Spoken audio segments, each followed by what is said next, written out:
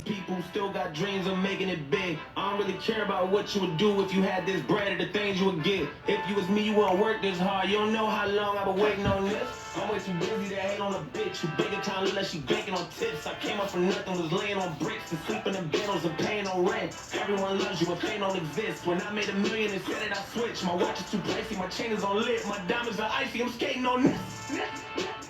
Skating like Gretzky back in the 80s. I'm running from 12, but that isn't Brady. You niggas is jail, but that doesn't phase me. I keep to myself, but that's what it takes me. The day that you bastards play me, it'd be the same day me and Jennifer Lopez announced that we gon' be having a baby and having some twins and 2 in the back. You want the fame, but you wouldn't last. The difference between me and you is you trash. I'm really 100, you doing too bad. Look, if I'm at a 10 and you like a 2, if you was a 10 then I'd be 200 divided by 2. I'm too good at math. Look. They got me started, I'm back on my shit again. She got a fatty, I thought about hit it for practice. Like I've been auditioning, cut a bitch off, but she started a bigger one. Cut a bitch off with the scissors they use when they open the business and cut the red ribbon with nigga, I'm ignorant. Too many times I told these niggas stop playing with me, go play with your kids. I don't wanna hear no opinions from people who still got dreams of making it big. I don't really care about what you would do if you had just bread and the things you would get. If you was me, you wouldn't work this hard. You don't know how long I've been waiting on this. I've been waiting on this. Devil in the booth, I'm sitting on this. Don't touch the stove, I'm baking on this. I'm Freddie, I'm Mike, I'm Chucky, I'm jizzing on this. One for your life, you shaking on this. Got something for a fuck nigga hating on this. Look, all my celebrity crushes, I hit them already. Niggas be mad cause I did it already. I told them make sure of my dinner already. And I did it all, and ain't shit you can tell me. Want what I want, ain't shit you can give me. Got plenty of Benjis, but now it's more money, more problems. I should've listened to Biggie, and this type of living is not for beginners. You kinda losers do not make decisions. Try to be cool, but I'm not for the business. I got the shooters like rock, paper, scissors. I keep the shooters like rock, paper, scissors. I made the choice, it was not their decision. I'm not gonna listen to rappers who sound like broke records, but no, you did not make the Guinness. I'm highly offended. Only way you niggas gonna get to where you wanna be, you gotta be a gimmick. And even if you made it to the bottom of the pit and try to climb it to the top, you know I'll probably be a minute. Niggas always wonder how I'm feeling, and I tell them that I feel like I gotta pick the fucking lottery and hit it. Good morning. Too many times I told these niggas stop playing with me, go play with your kids. I don't wanna hear no opinions from people who still got dreams of making it big. I don't really care about what you would do if you had this bread and the things you would get. If you was me, you wouldn't work this hard. You don't know how long I've been waiting on this. Wait, I've been waiting on this. Devil in the booth, I'm sitting on this. Don't touch the stove, I'm baking on this.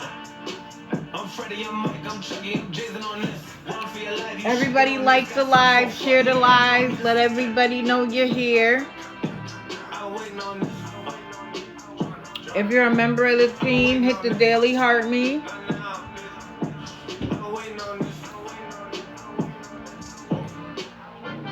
Oh, thank you, Mama Bear. Echo stop. End of the song or 100 people. I think that's all. Thank you guys. Let me always say it again. Gifts are appreciated but not necessary. I'm going to do this regardless. How is everybody on this lovely Monday morning? White Sox, please behave yourself this morning.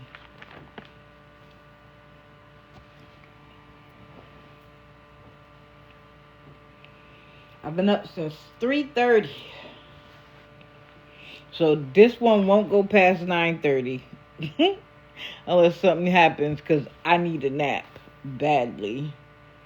How was everybody's 4th of July weekend? For those who had a long weekend, I hope you enjoyed it.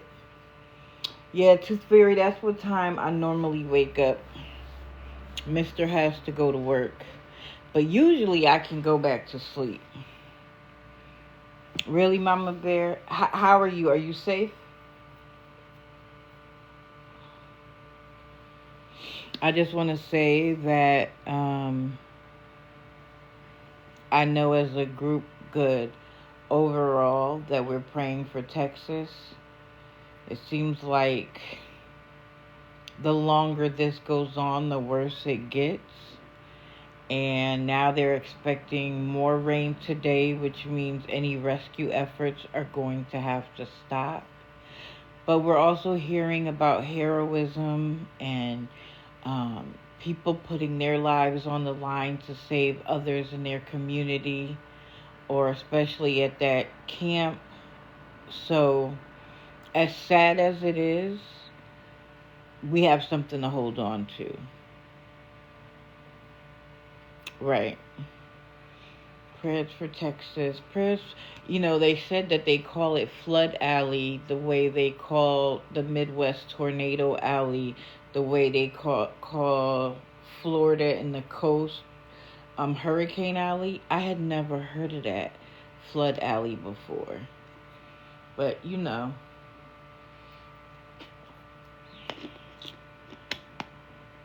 I pray for them. I pray for anybody affected. I pray for anybody who's been affected just by watching it, because it's been a sad state of affairs. Good morning to everybody. Just welcoming everybody in. So, today we are going to talk about I love my life in God too. I have some corrections to make on what I said the other day. She's still a scammer, don't get me wrong. But when I say something wrong or I feel like I didn't know details, I'm going to tell you. We're going to do Crash Out Tay, Tim and Angela, because they're the hot topic of the month. Timothy, Gigi is back. Jaylyn, because since she thinks I'm a bitch, we're going to keep going. Miss Maggie and her unfortunate night. Asia and Lisa. I left Lisa alone for a whole live, and she just keeps upping the ante. And so I realize a lot of people don't talk about her, but I don't see how I can't.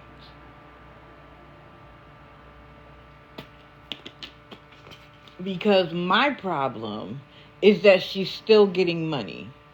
Now, she's been getting money from certain people for a long period of time, and they know what's up. But I also think that she's getting money from people who are new to her, who see the messages in the chat and think, oh my God, these people are horrible. Because they don't know any of her story. They just see her crying, talking about how hungry she is. So as long as that's happening, I'm going to talk about her. Because I'm trying to rescue the people who have been donating to her for months. Can't wait to hear about Maggie. Okay, who shall we start with today? Let's start with Crash Out Tay, because this is my first time talking about her.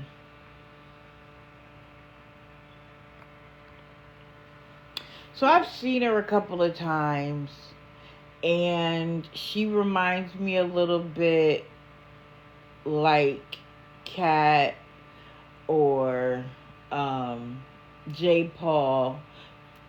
Her being a lesbian woman has nothing to do with it. But I personally believe that she gets money from women because they like her.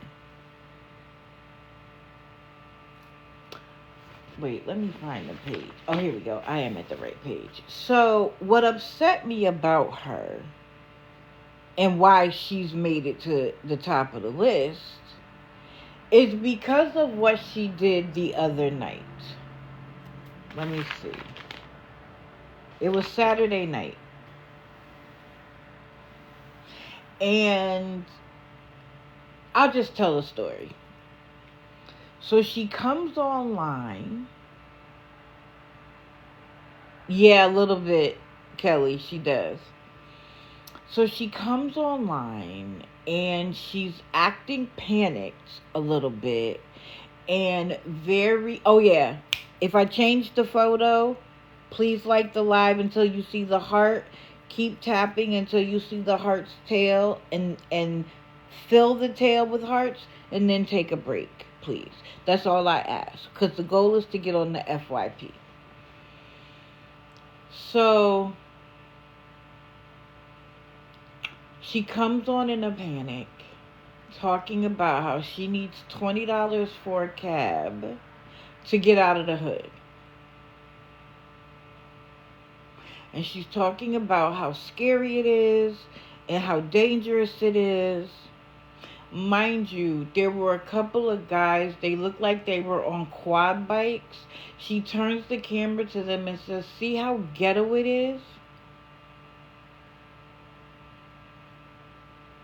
Now, my hairs raise a little bit when I see someone in a black community that's calling it ghetto in the hood and scary and dangerous. Because why are you there then? Like, why are you there if you know that it's scary and dangerous and you're the only white person there and you're panicking, begging for $20 for a cab? But she kept talking. She kept talking. And she said that she was kicked out by a friend.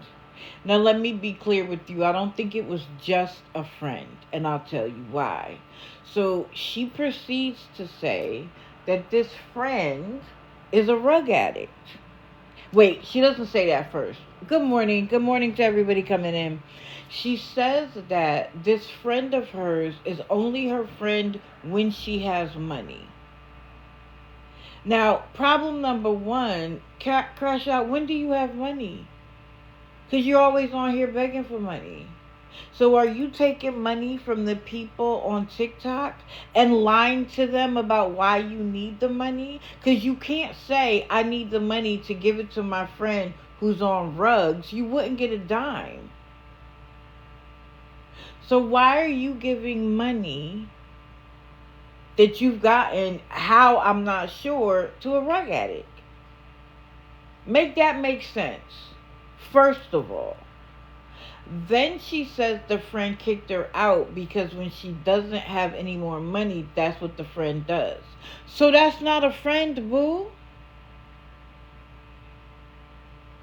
But you've been there in the hood, in this dangerous place for days. But now that she kicked you out, it's dangerous? Right, Rissa. It's dangerous now? And she just kept saying over and over and over again, "Just give me $20. I got to get out of here. It's scary. It's dangerous." Like I said, she turned the camera to some guys on some quads. Mind you, this is July 4th weekend.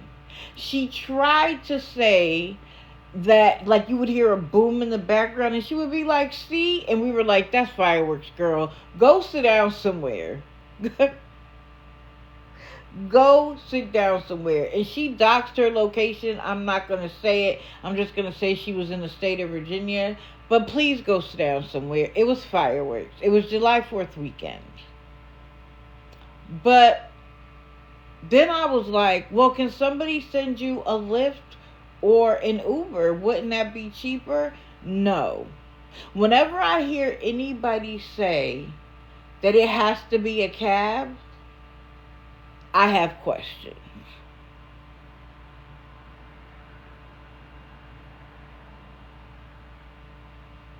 Really, listen, please go sit down somewhere, because then a friend of hers named Maddie comes into the live and she's like, "Maddie, can you send me $20 and can I come stay with you? And I'm only going to need one night because I'm going to get in touch with my dad and maybe he can help me." What you mean maybe? What you mean maybe? And if your dad can help you, why can't he help you right now? Maddie was like,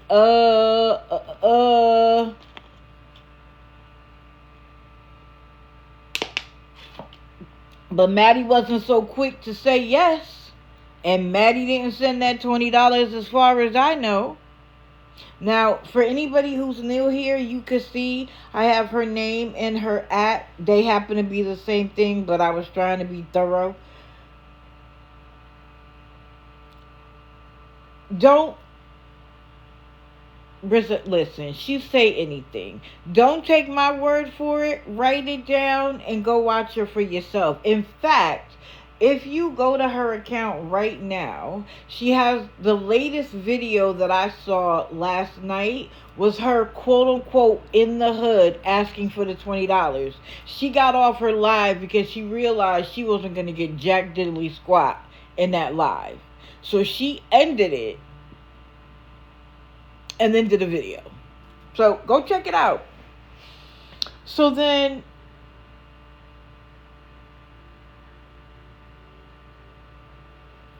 wait, hold on.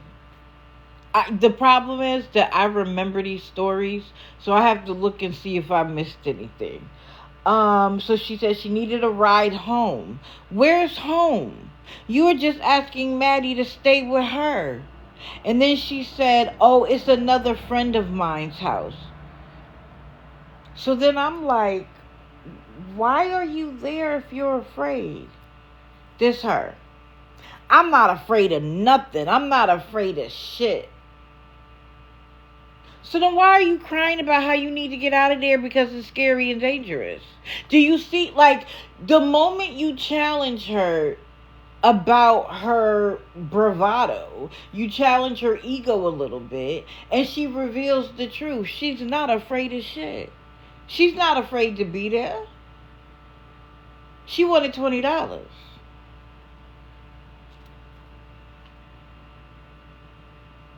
Then as she's walking, she's like, oh my God, they're looking at me funny. And so for me, she was playing into, I'm a white girl in a black neighborhood, and so I'm afraid, so get me out of here. That's what I felt like. And I don't like when people play them games. Because, A, you make an entire community look like they're going to do something to you because you're a white girl. And 2, why are you there if it's scary? Why are you playing into the trope that you're in the hood and so it's automatically dangerous for you because you're white? Why are you there if it's dangerous, man? But in the same breath say you're not scared of shit. Which one is it? And then she was like, all it takes is $20. It's not that much. Well, bitch, go get it. Go work for it and get it. Because that's what everybody in the chat has done. So if it's not that much, go get it. She said, that's all I'm asking for. Then it was, I'll pay you back whenever I get money. Again, from where? From where?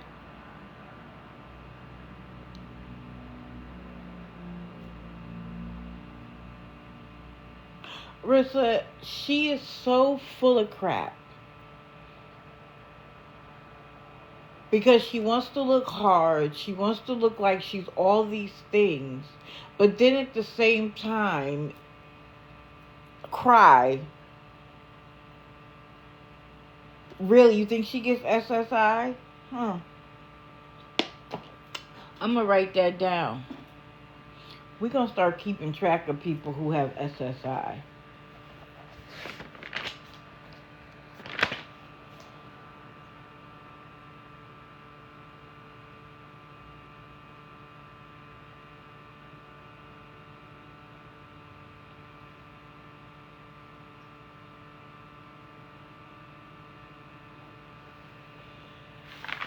Sorry. Yes, because she kept saying her caseworker, this caseworker, that. That doesn't mean that she has SSI, but we will still be watching. That was when she was in a hotel. Okay. A caseworker doesn't necessarily, like, you... A caseworker doesn't come from SSI. Let me just put it that way. But she could, in fact, have a caseworker. So she ended the live. That's where it ended. Oh, okay. I get it, Rissa. She might have, what do they call it, a payee? Someone who manages the money, because otherwise they wouldn't manage it well at all. But we'll see. She's definitely on the list. For sure.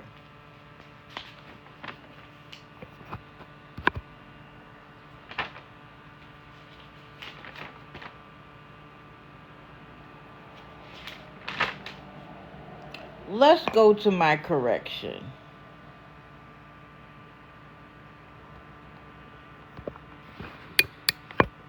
Now, she's a beggar. I'm not going to say that she's not. She absolutely is. But I have to make some corrections because she provided some proof. So at this point, Saturday, she still needed candy.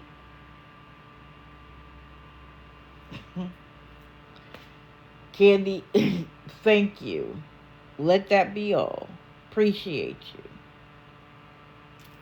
So she at this point still needed $125, which means she had already collected a little bit. Good morning.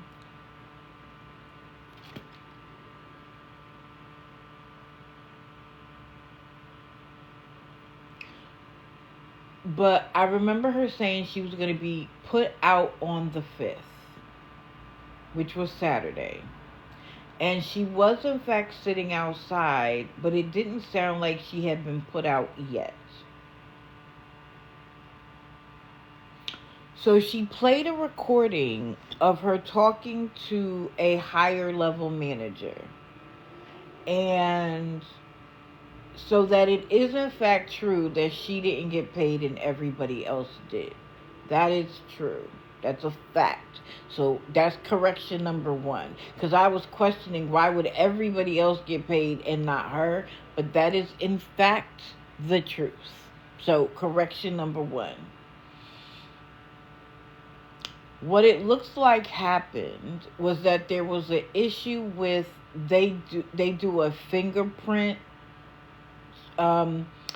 clock in and a fingerprint clock out, and for some reason it wasn't working, so that they had to fill out a paper and she had to sign it and the manager had to sign it, and for some reason everybody else got paid but her. And I think it was 48 hours that she didn't get paid for, which is a lot. But she then also explained that her and her manager have had issues, like major issues. She said she thought they worked it out, and then 2 weeks later, he was back at it. And she had been telling him, he's picking on her. And so that's what she says she believes is the reason. But the reason for me doesn't really matter. She didn't actually get paid the amount of money, and so that's not her fault.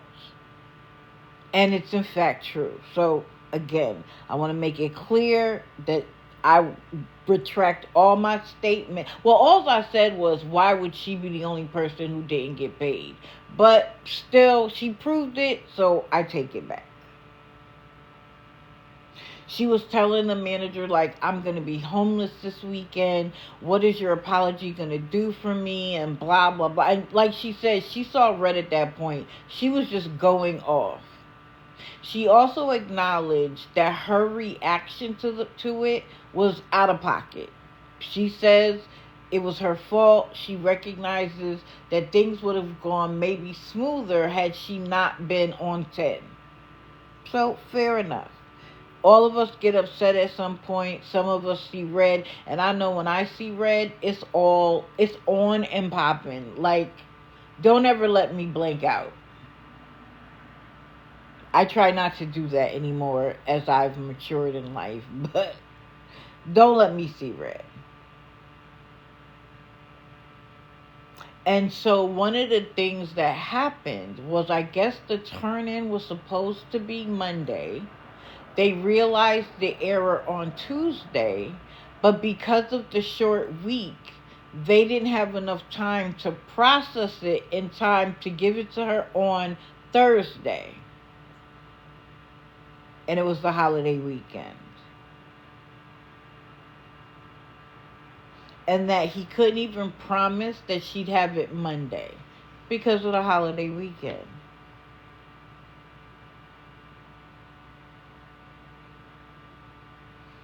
And so at that point, she was kind of laughing at herself, like, and apologizing, like, guys, I went off the deep end. Like, I recognize that this is my fault. My reaction was my fault, etc., etc. But then she starts to explain some other things. Apparently, this is an old motel that was converted into like studio apartments, which I think is an awesome thing.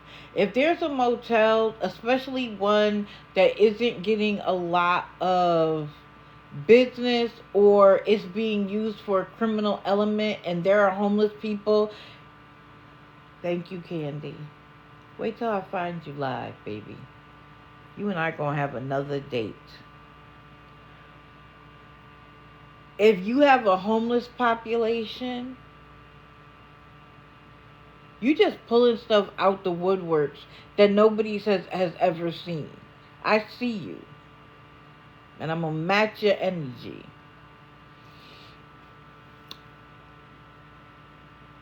So that's what they did. I think that's great for if you have a homeless population to do that. But when she was moving in, she admits that she didn't read the lease, or at least the last 3 pages. If you are still moving along in life, I don't care how long it takes you to read something that you're putting your signature to. Read every single word. Don't be in a rush. And if you have to rush that day, don't do it. When I go to the doctor and they like sign this, I read every word. If they have to wait until the end of my appointment to get the paperwork back, that's what'll happen. I read every word. So, in not reading the lease thoroughly, she not only signed, but initialed a clause that said that if she was late on the rent, she acknowledges that they can put a padlock on her door until she pays it.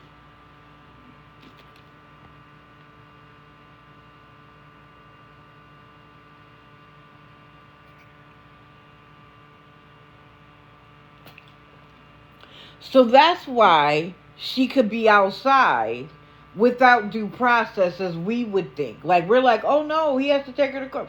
That's why. She signed the lease and didn't read it.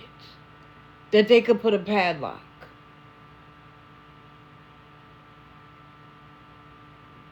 So then listen to the hustle. Listen to the hustle. So then she goes to her landlord and says, my stove isn't working. My toilet is giving me problems. There's a leak or something in the shower.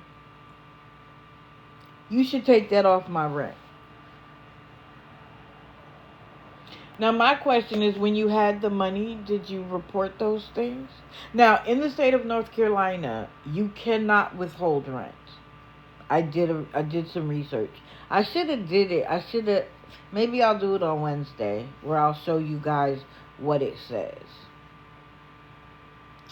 But you can also, there's a provision where you could pay for it and then take it out of the rent. But she waited until I'm not going to say she didn't report it before, but she wanted him to take the entire $250 off because of the problems.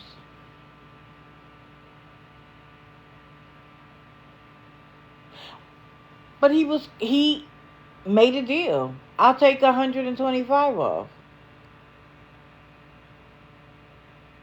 It still doesn't say it's going to get fixed, but that's why she was down to 125. Because he took it off, according to her.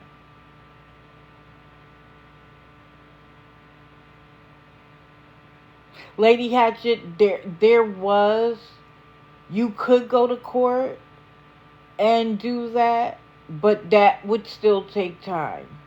And it wouldn't stop the padlock. That's the problem. Renting is a struggle. I've been a renter and an owner, and it is a struggle.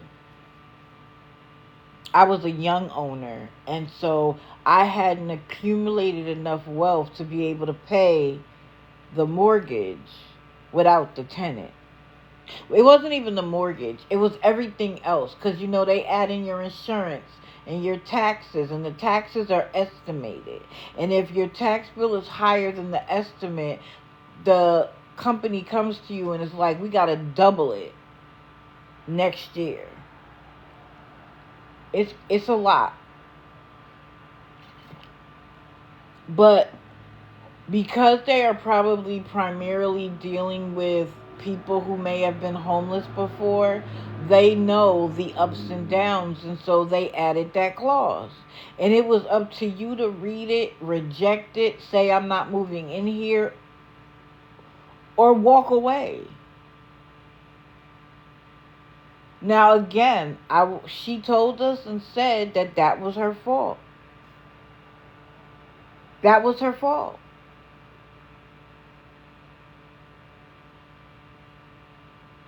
Yeah, being a landlord is difficult. Being a landlord is difficult. My father owned a property that a friend gave him in her will. So he wasn't even the owner for very long. And there was an electric fire in the wall that nobody could have foreseen. And it was during Christmas time. And the girl got put in a hotel. She was able to collect Christmas presents. And she still dogged my father out in the news. Like, how could he foresee an electric fire in the wall? He wasn't even the owner that long. So, but then again, people who see a mother with kids and her apartment burns up during Christmas are going to have empathy for her, right? I did. I just didn't like the fact that she dragged my father's name through the mud for something he couldn't have foreseen. But whatever. It's difficult on both ends.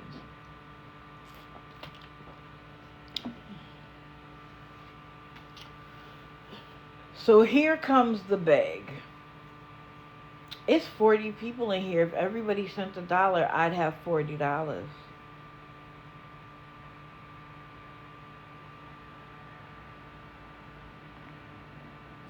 And then she said the thing that pissed me off.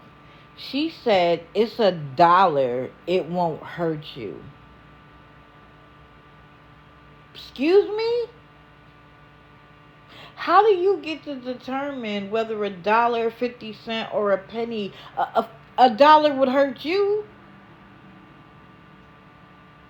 It is the audacity of it all for me.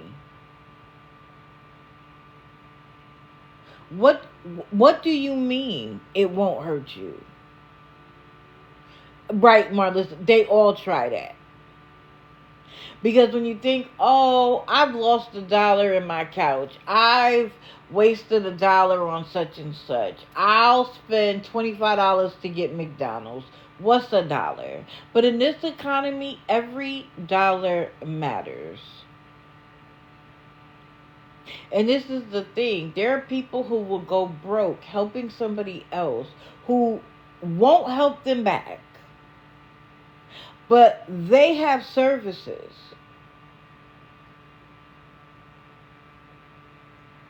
You don't. So when you don't have any food in your refrigerator, they have EBT. You can't get it. They don't have a car payment, an insurance payment. But you do.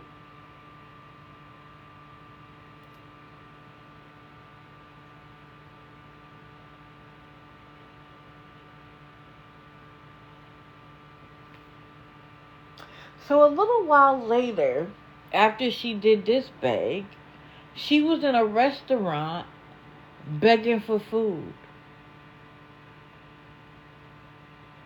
And somebody said, "Didn't you just get $65 or something like that?" She ignored it, of course, and proceeded to order her food.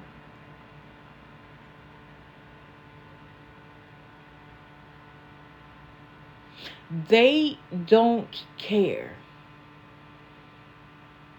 For all we know, her rent is paid and she just sits outside. If she was laying in her bed asking, people would be like, "Well, you still in the house." She didn't show us a padlock on her door. She also indicated that she was using her neighbor's Wi-Fi. Is that why she had to be outside?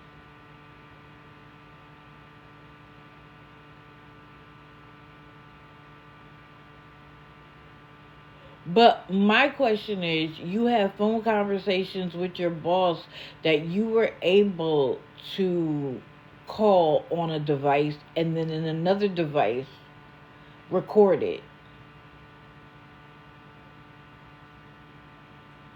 How did you do that?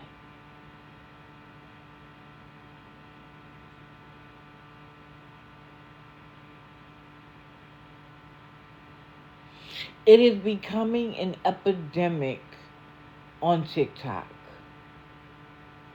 where people see other people get money and think, "I got a good sob story." Now, I'm not talking about people who actually have a dip in circumstances, and it may take them a little while. I'm talking about people who, even when they get enough help to get out of their circumstances, and they still find a reason to come back.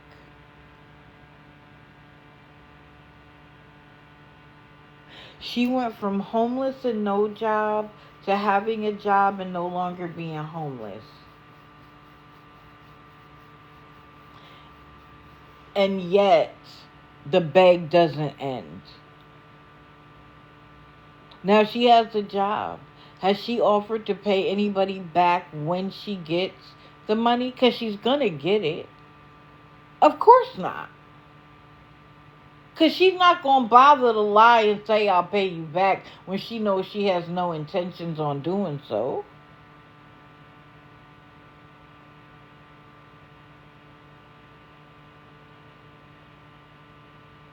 Now, her payment app had her name as Skylar, I think. I took a photo.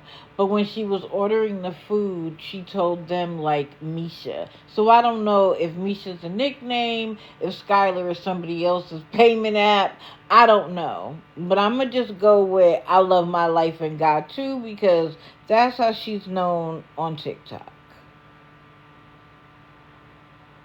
Tina, I'm not sure. I'll be honest, I'm not sure. But that would be hilarious.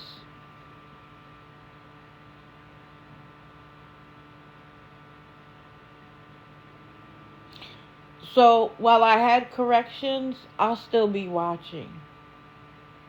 Because I want to watch long enough to see what happens when she gets the money from this check.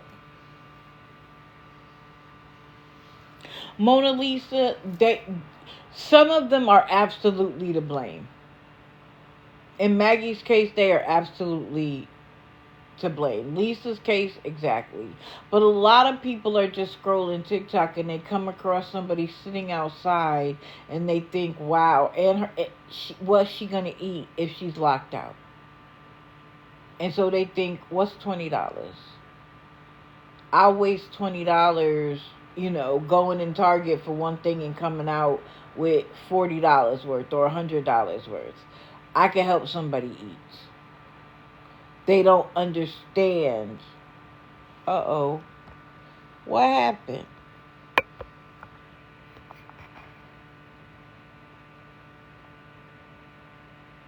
No, Mama Bear, I didn't. Y'all keep it respectful in here. Mods don't play that. So, let's see. Who are we going to do next? Let's do Gigi. So, there was a time that I talked about Gigi consistently because when I came across her, y'all know how my spidey senses go off, and my spidey senses went off on her immediately. She was in the hospital, and she was saying that the man who kidnapped her and trafficked her came up to her and hit her from behind, and like the story did not make sense. And I came to y'all and I was like, red flag on the play. Something about this doesn't make sense. And then sometime later, she does this live where she apologizes to everybody and tells them that her therapist helped her see that every time she gets hurt, she blames it on him because that's what she thinks. And again, I called BS.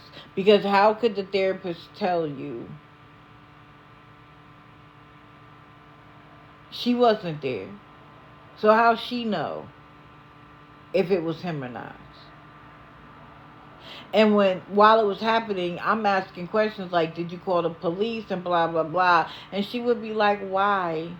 I've called 77 times and they've done nothing. And then she said he was a part of a cartel. And I was like, cartels don't leave witnesses. It was just total BS.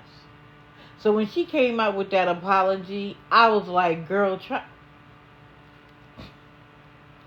try being done with somebody else.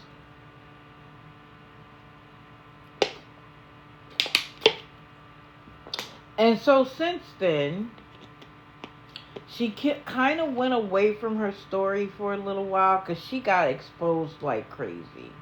Dora came in here and told us all about her fascination with that serial devier and unaliver. And she tried to deny it, but they had proof. And something like that would be so triggering. In part because if you trip, you feel like you're back there, but you could sit there and listen to all the vile things that man did. You could write him and talk to him, but that, like, whatever. And I'm going to talk about triggering in a minute. Because old Tim pissed me off again.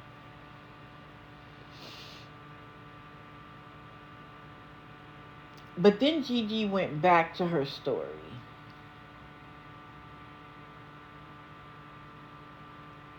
And she has these private lives that you have to subscribe for. And she'll talk about her story. The reason why she won't spend a lot of time talking about it publicly is because so many people have blown holes through it. Her sisters have blown holes through it. So she wants a private place to be able to say whatever she wants, embellish the story, change the story, and she has people in there that aren't going to challenge her. Good morning, Disturbed One. Yeah, Wade Wilson. And so that's what she prefers. But to get people caught up, or to get them to follow her and subscribe, she tells part of the story. And she always, I mean, she goes live and that story, routine comes out every time. But she also uses it to sell from her boutique.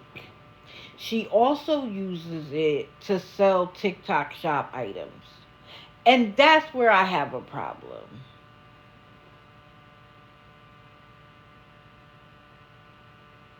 You are getting women who may also be in the situation, have been in the situation, who may have been in real situations that you lie about. You get them caught up in your story and then sell to them.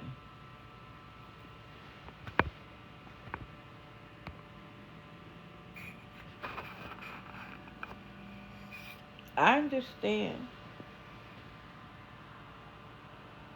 So the other day, she was saying that she gets grants to help the homeless in her community get hotels and shelters and any of their other expenses, but because getting them into long-term rehab is difficult. Has anybody seen her do that?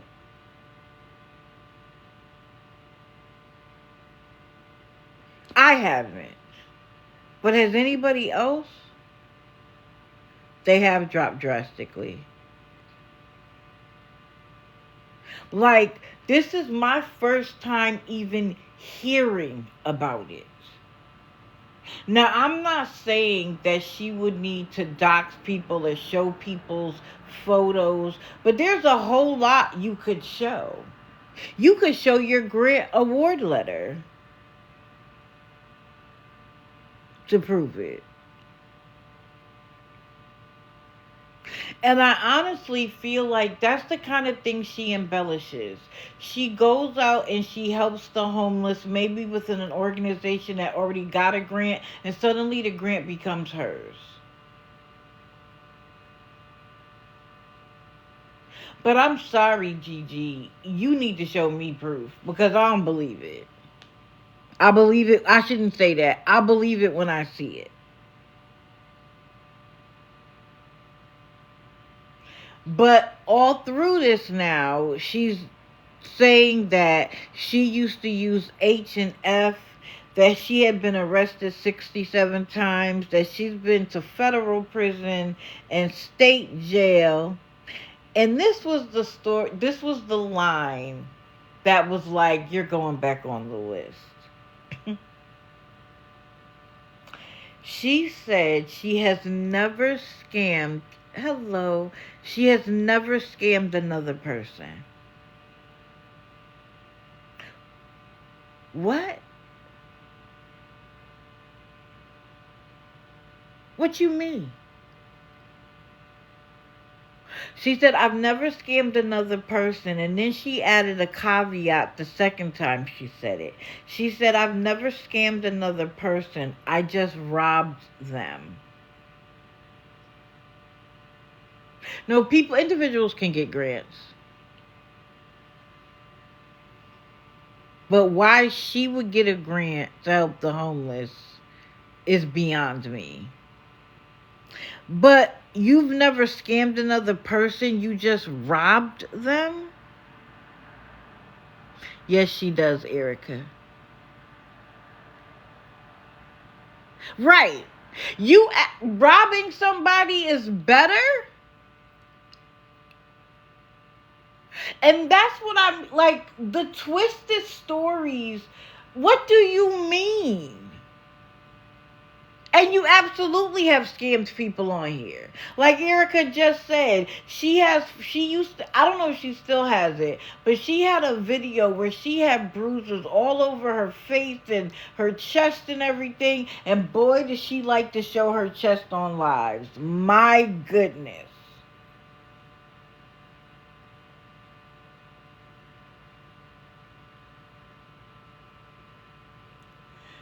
And it was all makeup.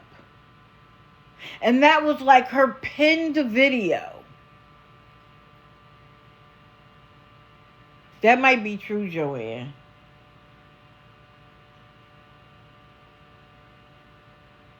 And it's funny because in your live, you'll get an alert that like somebody's subscription is ending. She will not let that pass by.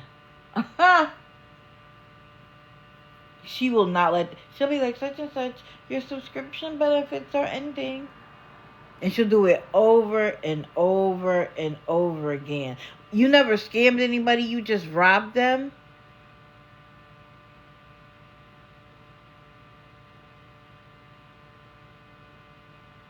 Well, when she was in the hospital with the broken arm, she told everybody she had back surgery. Mind you, she claimed she had back surgery but hadn't taken her makeup off in 3 days. Where they do that at? You can, and I had surgery recently.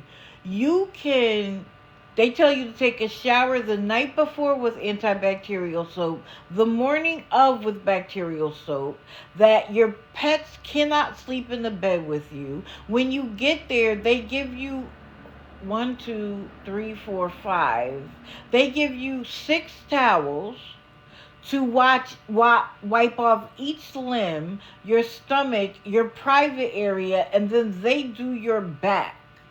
And that's all before you get into surgery. And you want me to believe you had major back surgery but had the makeup on for 3 days and it looked that good?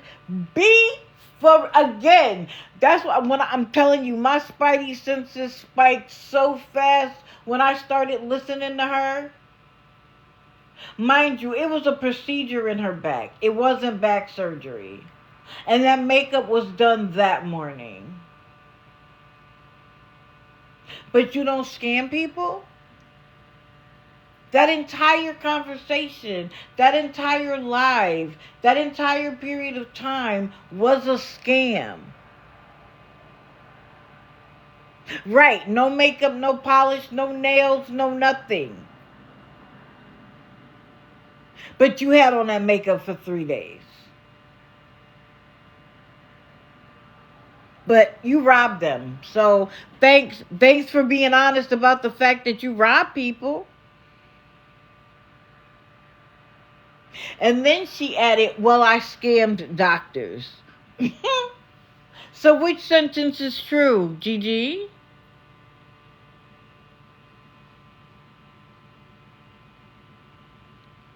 She said she would doctor shop and, get a hold of their prescription pads, etc.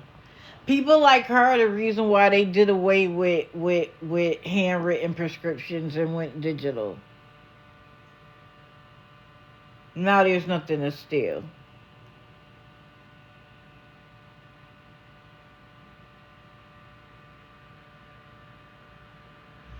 So then again, she's telling this story with all of her products behind her and was like, I was trafficked, I was RP'd, I was captured, then I got in the hospital and I was RP'd by a tech and there was a huge settlement. But wasn't she taken out of that settlement?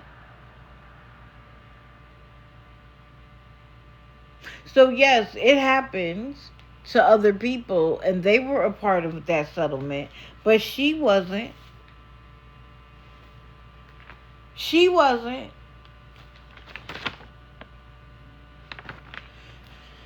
She's still doing the same mess. Even though her numbers have declined, she knows that new people are coming in, which is why she tells that story.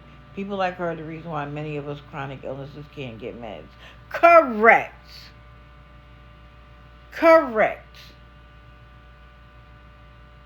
People with real issues, I remember, because y'all know I have bone-on-bone knees. I used to get an adequate amount of pain relief.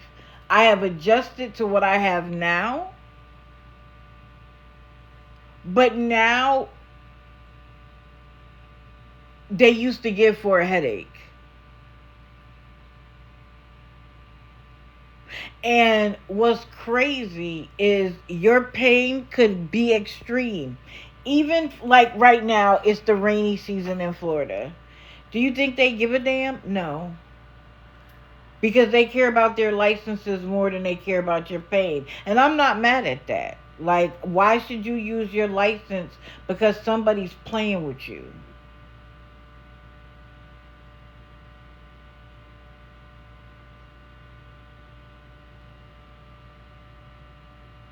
But they don't care.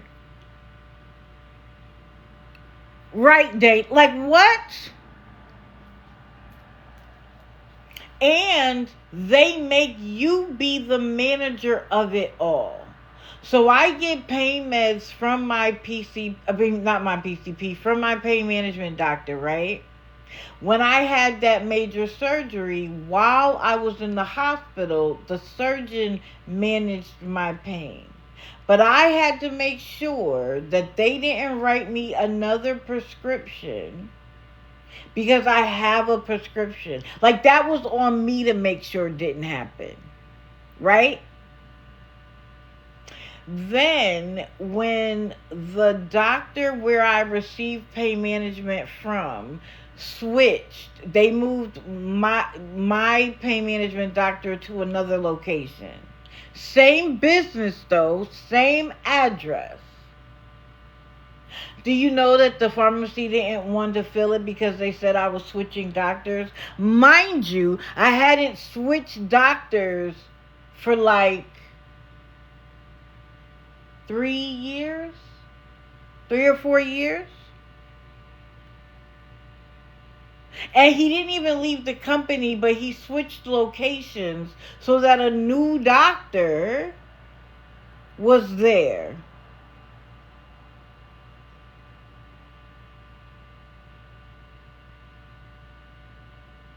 But they put that on me like I was doctor shopping. They did absolutely nothing to try to verify it. A phone call to them couldn't suffice. Christy, I know I'm terrified of that. The pharmacy tech couldn't make a single phone call to find out.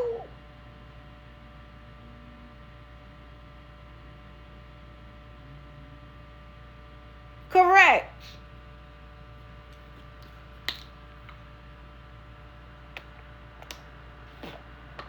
Mind you, you have to be rug tested every single month.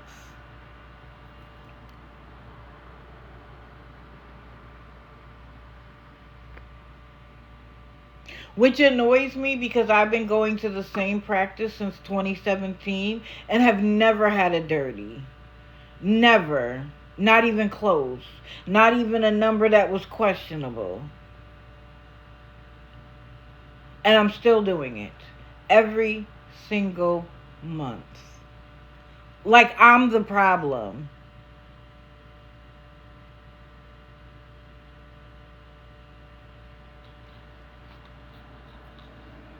It's ridiculous.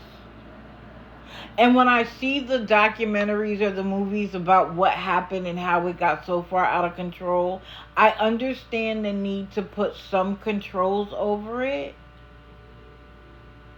But people who want to get it on the street are going to get it.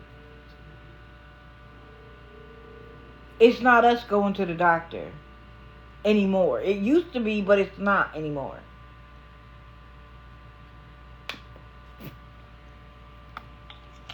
It's gone from one extreme to the other. Exactly. Correct, Andrea. And the pharmaceutical company is just is as much to blame. And the lack of oversight in the state of Florida, when literally people were opening pain management companies and they weren't even doctors, and the pharmacies were were accepting the scripts. But that wasn't ever the real patient's problem.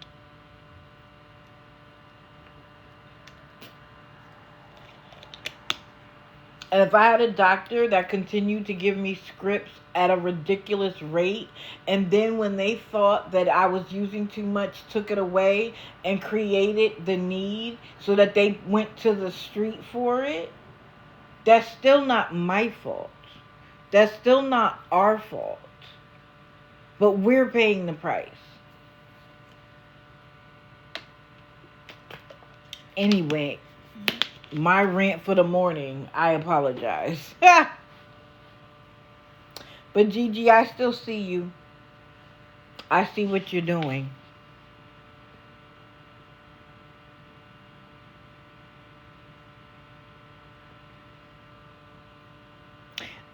They have the ability to do that too here in the States.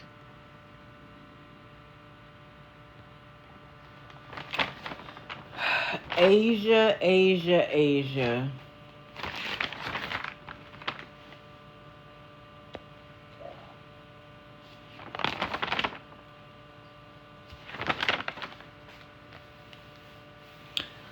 So, I wake up super early. And unfortunately, after I do some Bible reading, I look at TikTok to see who's on. Because a lot of them are using odd hours to avoid us. Asia was up extremely early this day, like super early. And I realized that part of why she was probably up so early was that she needed money for her hotel room at 11. And she didn't want to have to check out and check back in. Mind you, just Wednesday, we saw that someone had given her $512 that allowed her to go to this hotel, and she was still begging. But anyway, she was up early, and the first thing she said was, I'm on here because I need somebody to send me breakfast. And it wasn't any breakfast. She wanted homemade fried chicken and macaroni and cheese. She wasn't asking for some pancakes and and home fries. She wasn't asking for cereal. And it was funny because someone in her chat was like, I'm having cereal for breakfast. She didn't want that. Now, I try to be reasonable, and I was thinking, well, maybe if she gets like chicken and waffles and macaroni and cheese, she could like have brunch and dinner. But I don't know why I'm trying to make excuses for her.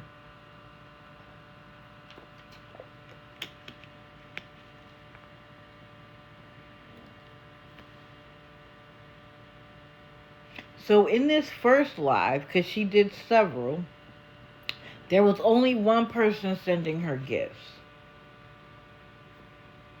And while she was thankful, she was angry about it. Why is only one person sending gifts? What's wrong with the rest of y'all? The audacity.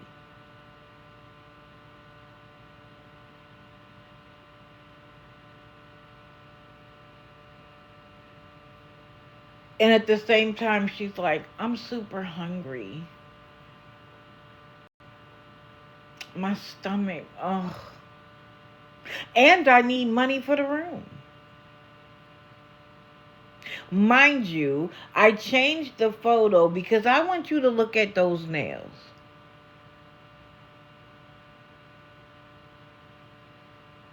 I took a few pictures of those nails. Now, could they be press-ons? Possibly. Do I think that they're press-ons? Absolutely not. I'm a weirdo, but I was paying very close attention. And when I went in, I said, oh, your nails are beautiful. She ignored the comments and kept trying to hide her nails after that. She eventually forgot and started showing them again. And that's when I caught this photo. But they are not press-ons. Not by any stretch of the imagination. They're beautiful.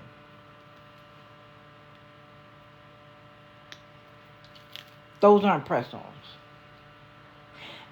And nowadays, getting acrylic put on, like I remember when you could get the whole thing done for like $25. That's not the case now.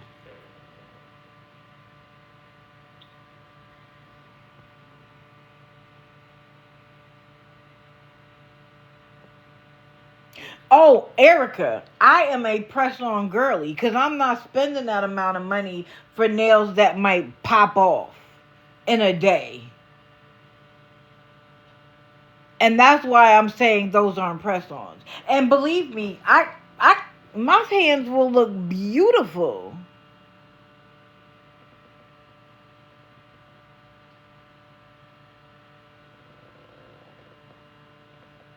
Right, it's 25 to just walk in. Exactly right. I'm used to go in 25, give them a $5 tip. You was out.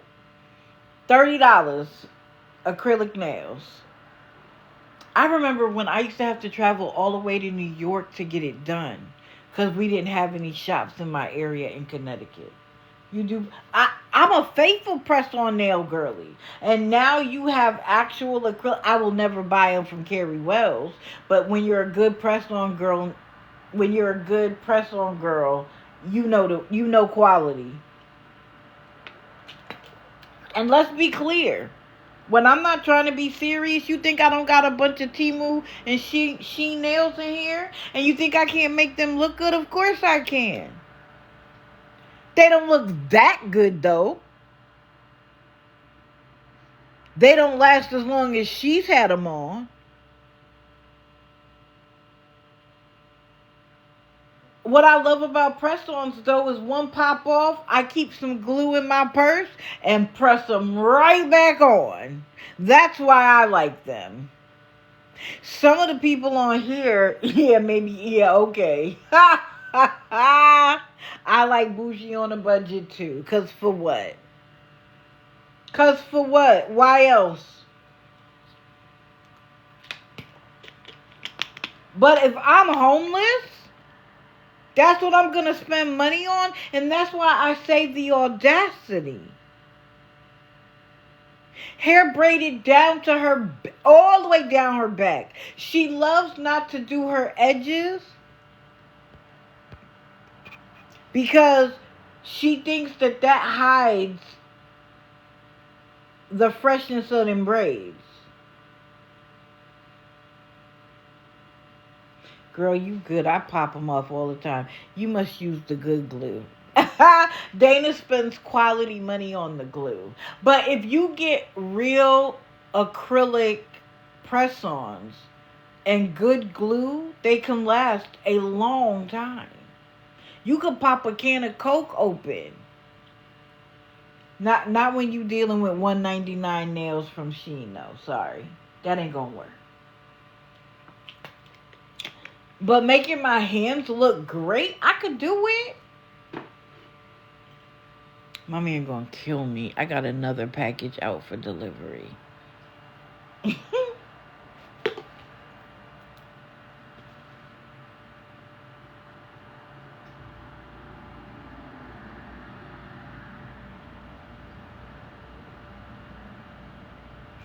So then she says, I'm not feeling it. Nobody's gifting anymore. She's like, I need to find someone that could help me out. She doesn't want cereal. That's when somebody commented that they were having cereal for breakfast. She wanted homemade fried chicken and mac and cheese.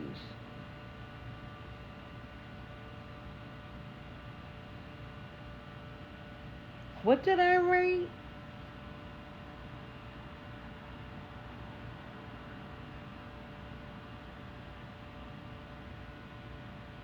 I can't even read. I said she has multiple something, of course.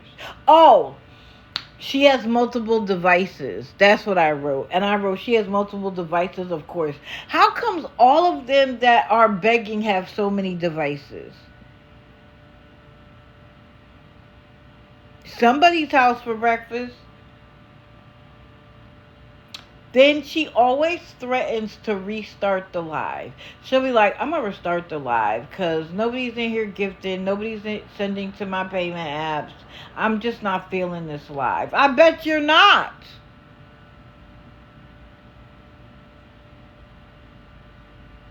I bet you're not.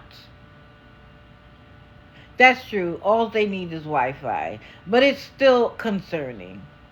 You need to eat, but having multiple devices is more important. I'm with you. Okay.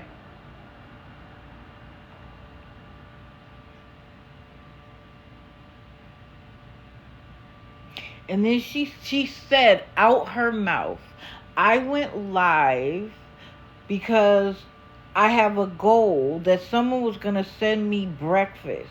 And at one point she was like, Chipotle would be nice. You got on live because your goal was to get somebody to send you breakfast, and those were the words that came out of your mouth?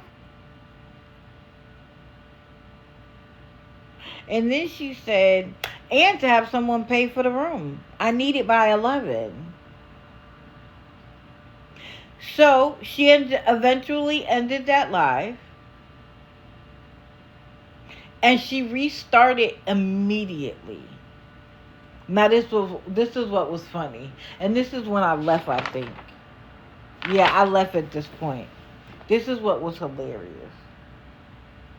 The same 18 people that were there before were the same 18 people that came back. And it was the same one person giving her money. But what I also equally don't like is the creepy men that go into these girls' lives that look a little young. Hey, sugar.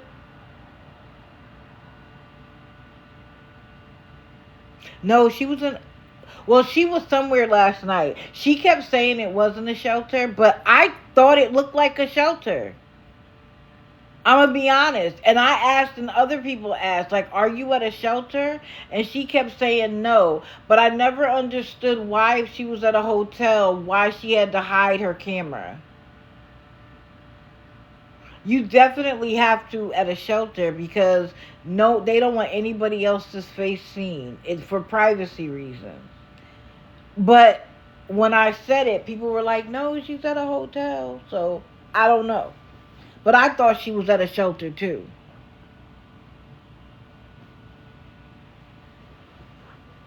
Good morning to everybody coming in. And for everybody who's came in, but I didn't say good morning. For me, it's the audacity. It's the audacity, it's the expectation, it's the unthankful, ungrateful grift. It's all of the things. It's the lack of a moral compass. And it's the lack of desire to do anything else but beg. Like when you got $512 from that lady, you had enough money to keep a room long enough that you could have found a job so that by the time that money ran out, you were able to take care of yourself. Instead, you went and got your hair and nails done. That was more important. But who are your nails and hair done for? Because you spend almost all day begging. Maybe you go out at night and party. I don't know. But I was just raised, like, I worked all week to have money to party. Like, I did what I had, and I had a kid. And I remember looking at all my friends being a little bit envious. Like, they would get a job at Wendy's and then quit. Like, I didn't feel like going to work today, I quit. And I would be like, dang, I can't do that. I got a son I have to have medical insurance for. Like, I would go out Sunday night and regret it every Monday morning. But I wanted to be where my friends were. They didn't have responsibilities. I did.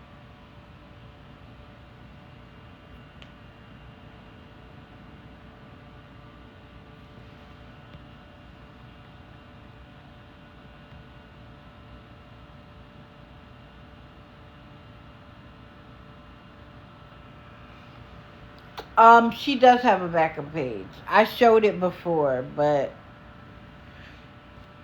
she does absolutely have a backup page. But guess what?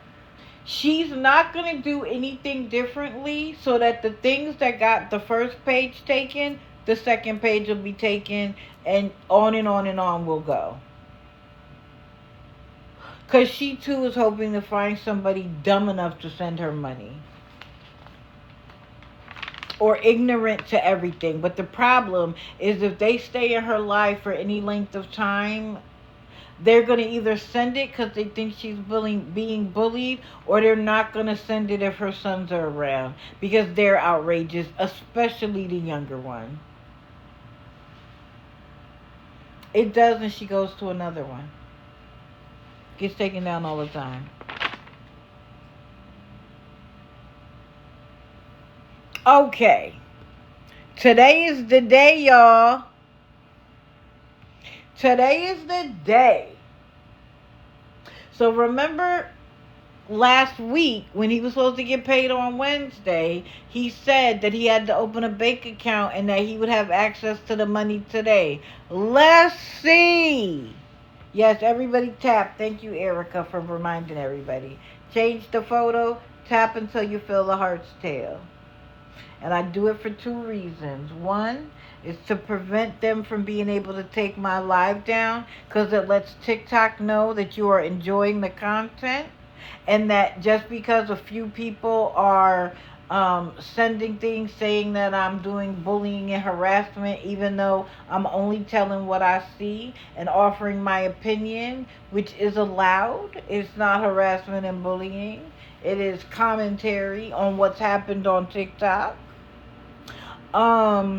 It also helps us get to the For You page, which is my goal, because while a lot of us know exactly who I'm talking about, what I'm talking about, and what we all already collectively know, the goal is to see if anybody from the FYP page gets to see it and we can prevent them from being caught up.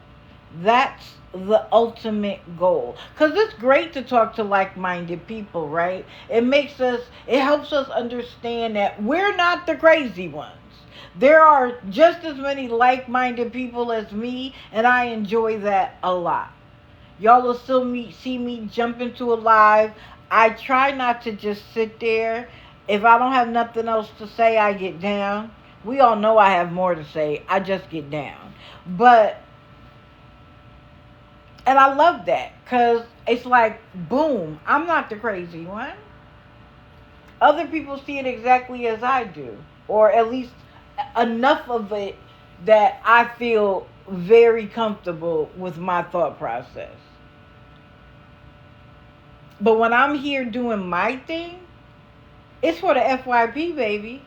I'm trying to stop people who may have given once, who may be thinking about giving, who's new to TikTok and is at risk of giving. That's what these 3 hours are for. And y'all too. I'm not going to front.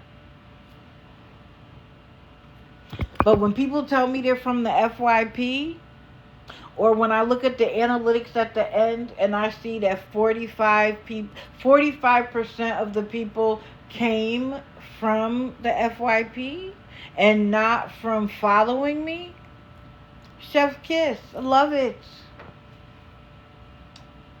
Love it. Wait, what happened?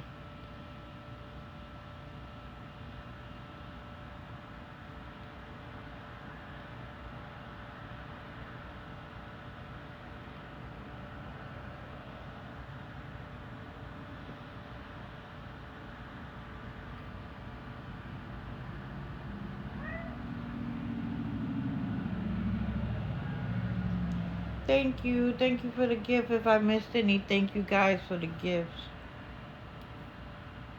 So, today's the day. It'll be funny if he comes on today at all.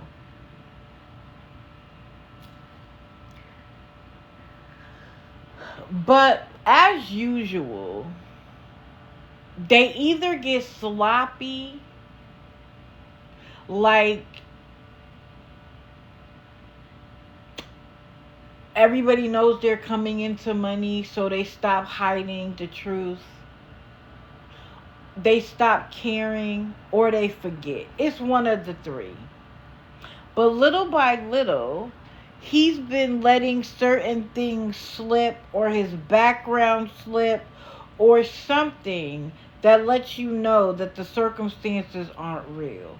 So I remember when he was begging for the boots for this job that he says he has, he was dead in the woods. You didn't see a single thing but wooded area, right?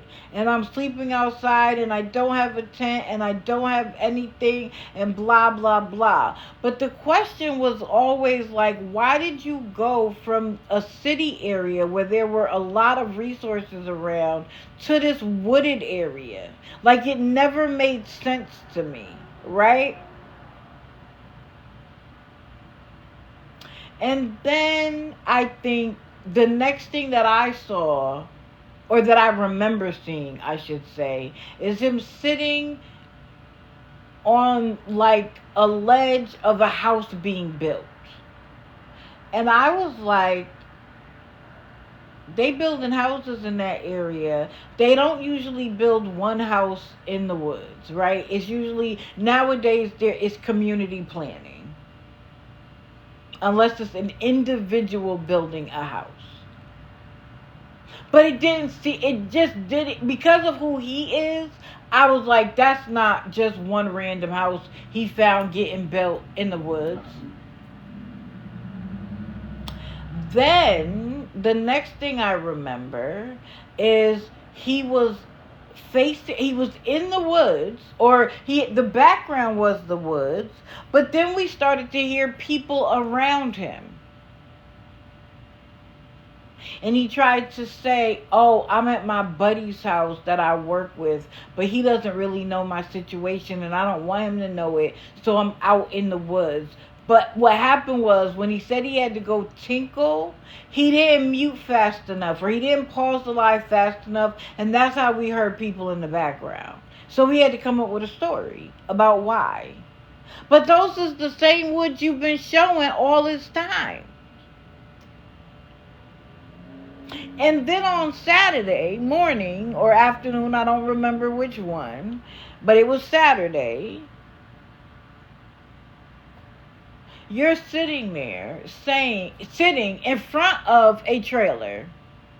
And not only are you sitting in front of the trailer, you have a cup of water, milk, beer, alcohol, I don't know what. But it was a tumbler. Sir, you've gone from looking like you are homeless, tracking your path through the woods, to sitting in front of a trailer with a tumbler drinking, which clearly came out of the trailer you were sitting in front of.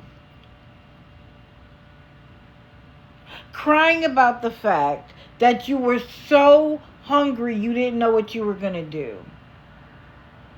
So the person who gave you the tumbler of water didn't have any food either? Oh, Miriam, that's funny. Good morning. What? Like, make it make sense. And again, y'all, in all this time of homelessness and no work, he is lying when he says he doesn't have EBT, food stamps, SNAP, whatever you want to call it, and Medicaid. He's lying. Of course he does. Because how does he keep having these hospital visits and no bill? He used to lie in Pennsylvania and say he had a grant. The grant paid for doctors and hospitals and everything else, but not his medication. He was lying. If they're going to give you cancer treatment and that's who's covering you, they're going to include the medications too. Because why one and not the other? How does one help you but not the other? And when he went to Tennessee, he wasn't even seeing an oncologist anymore. But who's writing the prescriptions for the seizures and everything else? You have to see them on a regular basis nowadays for them to keep giving you a script. Who's paying for it? He keeps lying, saying he was denied. For what reason? Does he ever give us a reason why?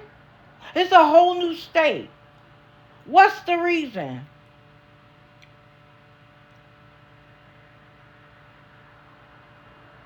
Right, he's clean and sober. Yeah, okay.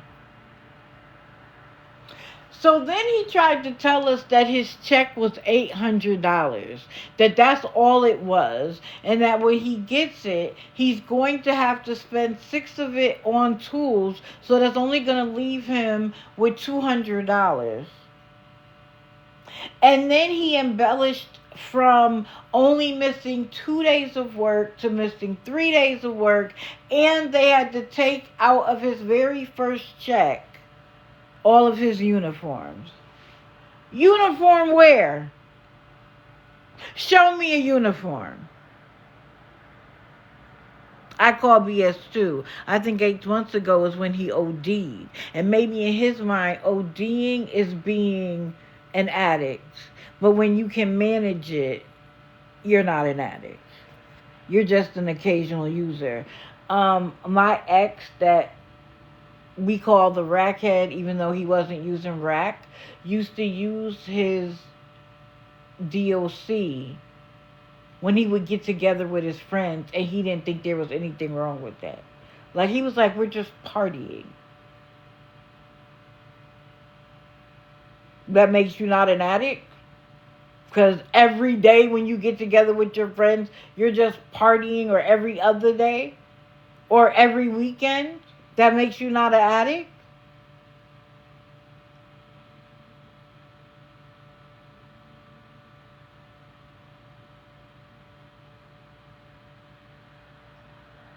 Harley, for the big one. Exactly. Yeah, listen, in this day and age, we are living sometimes over our means or at our means. And with everything getting so expensive, what used to be able to pay, like, let's just use food. You used to be able to buy $200 worth of food, and that could last you a month. Now you're happy if it lasts you a week.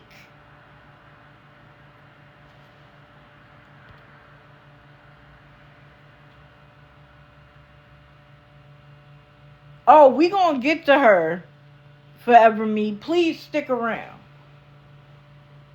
Or days. That's if you got growing babies, it's days. I remember thinking my grocery bill was ridiculous when my son was, growing up, especially towards his teenage years. Him and his friends would raid. I used to have to hide food like soda and snacks in my bedroom closet with a locked door, because they would go through it like they had never eaten a day in their life.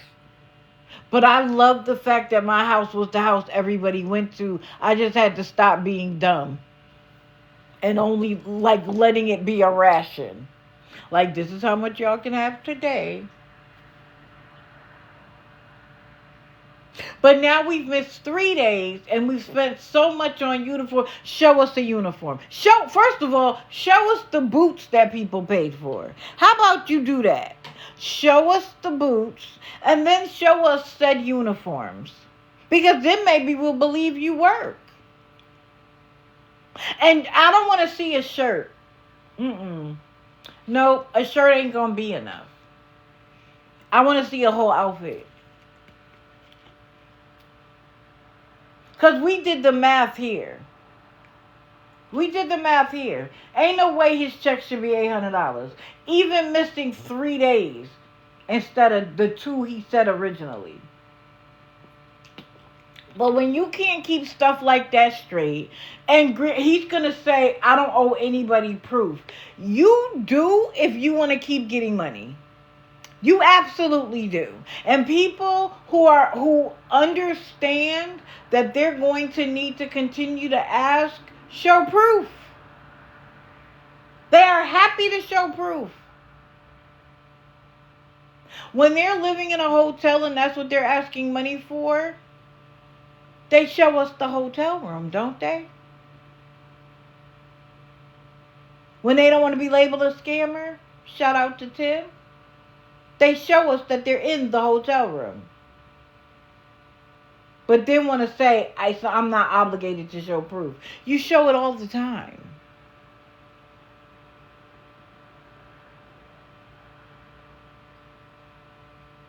But when they've gotten money for something specific that they lied about, suddenly they don't need to show us proof.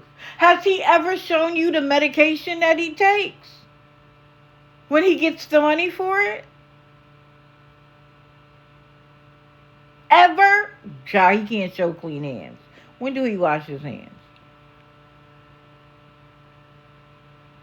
No, they're not interested in resources. And there's several reasons why. A, because they're looking for cash for drugs or what, alcohol or whatever reason they want money for, right? They really just want cash. They don't want resources. But two, resources require that they check in and show proof. If you're saying that you're staying at a hotel, they want to see a hotel bill or they pay the hotel directly. Because they know that people used to be honest and now they're not.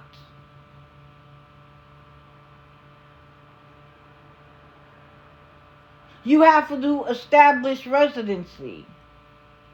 So you have to get an ID. So what do? They refuse to get an ID because then they can continue to lie on TikTok about not having resources.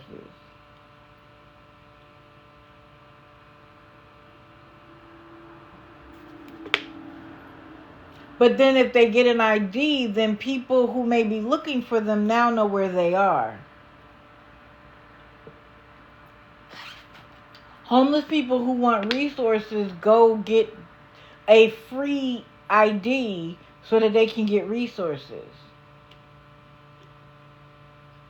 Why would you move to an entirely different state without any of the documentation that you would need to prove who you are?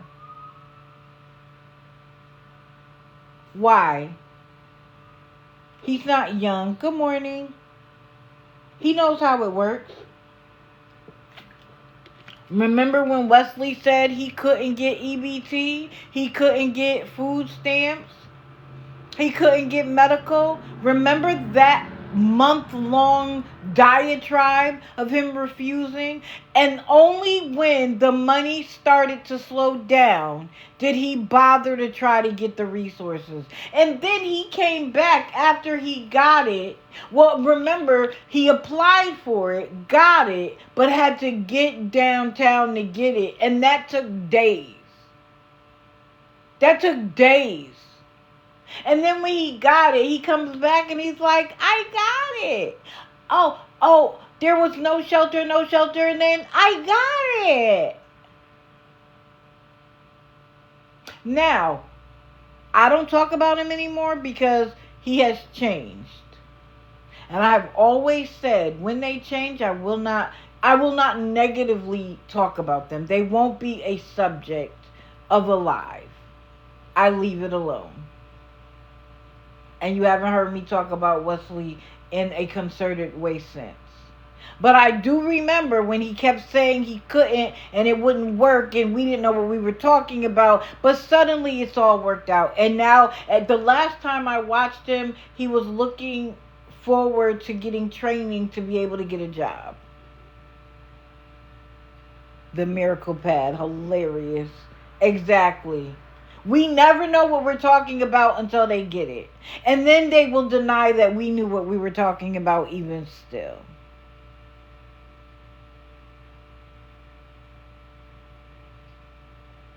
Listen, Cindy Lou, I need you to send me a message. We need to talk.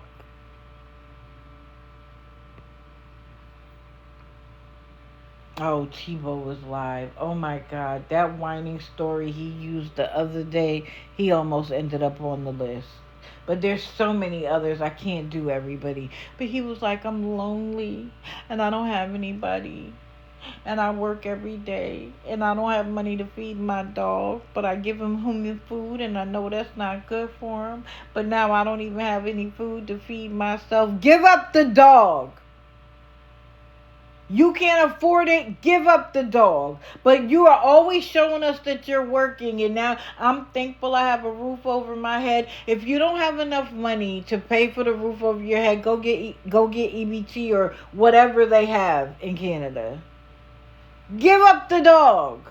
If you cannot feed your dog, which is a basic of having them, and you can't find resources that will assist you, give them up. But stop whining to TikTok about why you need to feed your animal. I'm sorry. I used to be like, well, if you're homeless, it's good to have an animal because they are a protection, they are a source of comfort, etc. But I'm tired of it now.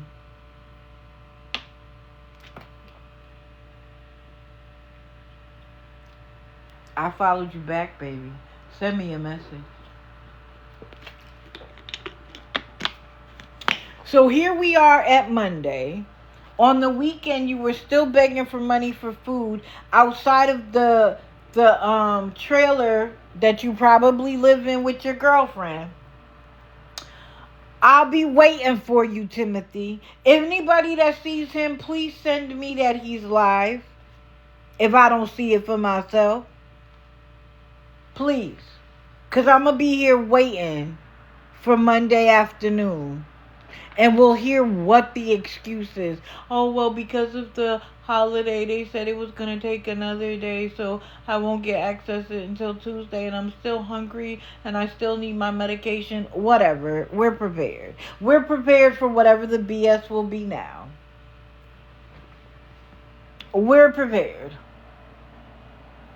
Because if they wouldn't have been able to process it on Monday, the bank knows they closed on Friday. If they wouldn't have been able to process it until Tuesday, they'd have told you that when you went in on Thursday morning.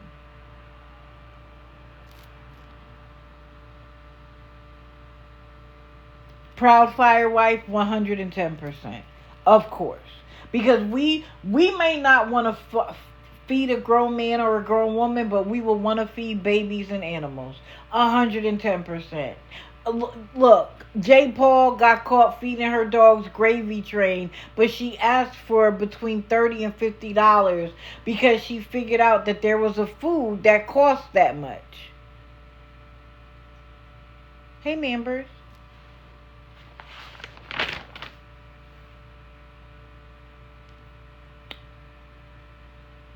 So, yeah.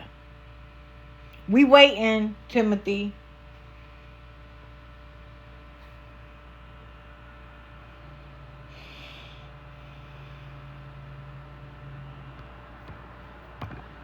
Jalen, since I'm a bitch that you had to block because you couldn't think of the idea of us having a conversation, as if that's going to stop me from talking about you.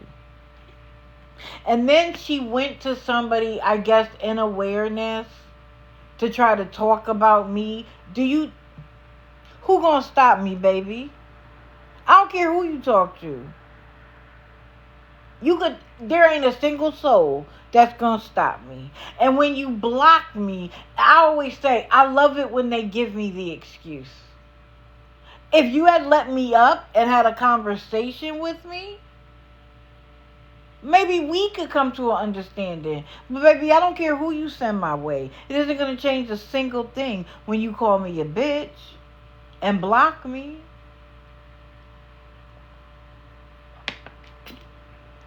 Because now I'm going to look even harder. Now I'm going to watch you even more.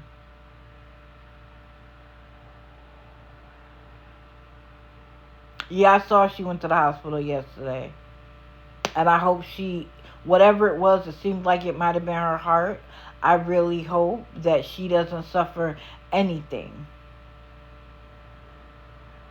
But I'm going to talk about what she did after I got off live on Friday. Not yesterday. I don't wish ill, and I've said this and I will say it again. I don't wish homelessness. I don't wish hunger. I don't wish unaliving. I don't wish bad for any of them. That's not why I talk about them. And I find that when people get in lives and they say stuff like that, I shudder. Because we all get wrapped up in that. We all get accused of the one or two people who say the vile things. I wish they would stop. But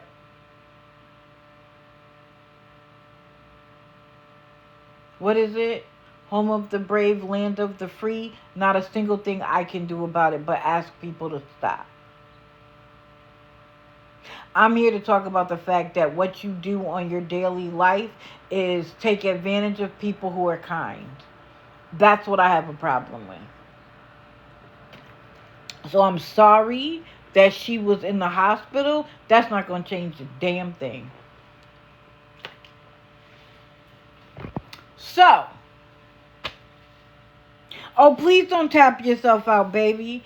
Tap until you feel the heart's tail and take a break. Mama doesn't care about the number at the end.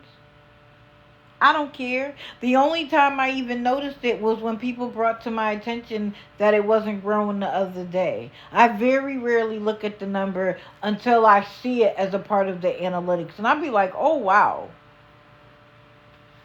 I use it for two reasons only. To stay up and to get on the FYP. And so that's why I say, unless you get one of those tapper things that does it for you, which I hear after a minute it doesn't work anyway, don't kill yourself. When I change the photo, fill the heart's tail, and that's it. If you feel like doing it a little later, if I say something that's chef's kiss, if I say something that you want to snap your fingers to, snap the screen. Or I should say tap the screen instead of your two fingers. But other than that, take a break. Take a break. Because I'm really here for you to hear the message, not for me to get a million likes. So, although when that lady played the video about Gabby's court case and she got to like 2 million likes, I was right there. I broke my finger for that live. I'm not even going front.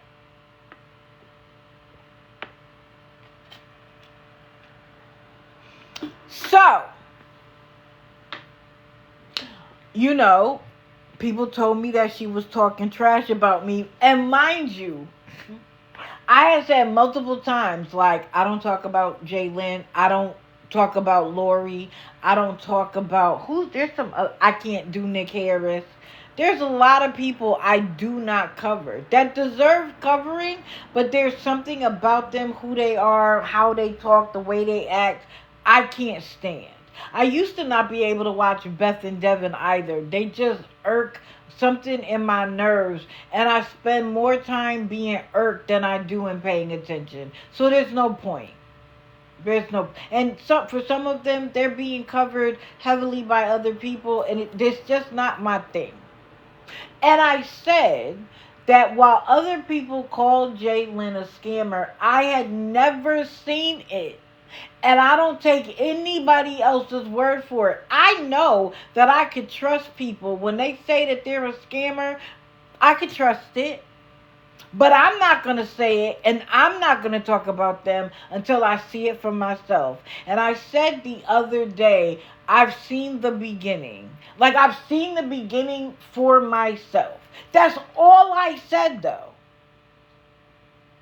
And of course, you got people who love to run back and forth, which I don't understand. Pick a side, but whatever. I'm here for their loyal and faithful to hear the stories too. Because what I'm hoping is that while you're loyal and faithful to Jalen, that you're here and you're hearing me talk about other people, and you can see the pattern. That's why I do so many at once. Because I'm hoping that by you hearing about them over and over and over again, different people, different ages, different sexes, different sexual orientations, different races, that you can see that there's a pattern among them all. They don't always ask for the same things. They don't always ask the same way. But it's all the same in the end. So, when your faithful come in here so that they could go tell you what I say, I'm hoping that they also take away, wait a minute, I remember when that girl Digital said such and such. Or you should say that woman because I'm grown. But anyway, so she went live after my live, or after I talked about her. Because then I came back and I told y'all the whole story and how she looked sad and she was shaking her leg to make sure her whole body shook, but only one side of her body was really shaking and not the other side. Yeah, and how in the end she got the extra rent money, which, do we have proof that the mother said that? We supposed to just take her word for it. After all the things she's done over the course of time, we're supposed to take her word for it that the mother went up not only once but twice?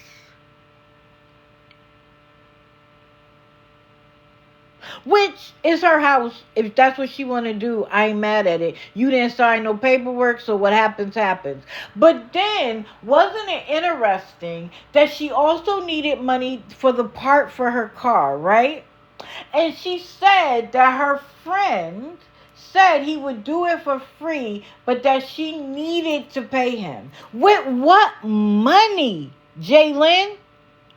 Or was that what the extra $150 was for? That you said was your rent? Because with what money were you paying him?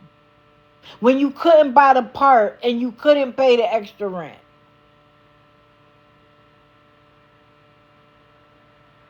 I'm just saying. Don't get mad at me because your story doesn't make sense to someone who needs to make sense out of everything. Because if it doesn't make sense, it's probably not true. Shout out to Judge Judy. So as always, don't challenge me to a good time because I'm going to show up. So I went in a live. And I always say, I either say, I heard you was looking for me. Bitch, here I go. That's what I'm saying in the back of my mind. Or I say, I hear there's a problem. Something you want to talk about? Because I don't cower in the face of a challenge. So she was like, I hear you talking about me. And I am. And I am. For the first time, mind you. For the first time. And I am. So she was like, I want to know why. I say, let me up. If you think that I'm going to go back and forth with you from the comments, you have another thing coming. I'm not. Let me up. Mind you, part of the reason why I asked them to let me up in their live is because they have control. You don't like what I say, you could drop me. You think I'm disrespectful, you could drop me. You think I'm rude, you could drop me. And then you can say whatever you want. It's your life. Because I know they're not going to come to mine. Because they're going to be like, oh, you got 300 people in there that are going to talk mean to me. Or the comments or whatever. Or you're not going to let me have my say. So I come to you. It's your life. You have 100% control of what happens in your life. I'm here. But I'm not typing back and forth. Like, I'm not doing that. You want to know what I want to talk? And this is another reason why they don't need to let me in the box. Because they've heard me for themselves. She was probably listening. She probably heard what I said. And she certainly didn't want me to get in the box and say it. Not to the very people who give her money. Why would she ever?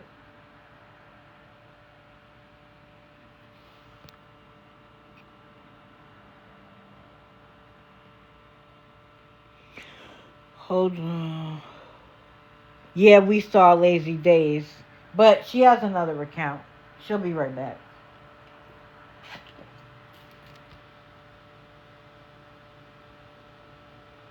Facts, Cindy Lou. So, I keep saying, let me up. So then she tells the audience that I stream her. And I don't know why they always say that. Because that is the opposite of anything. Like, there are several things that I can say. I don't stream and I don't post videos. Now, I may repost other people's videos that they post about them to tell the truth. But me, personally, I don't got time. It's not what I do. I try to give 9 hours to talking. That's not reflective of the number of hours that I watch, the amount of research that I do, the amount of notebooks that I use to take notes, the number of pens that I go through.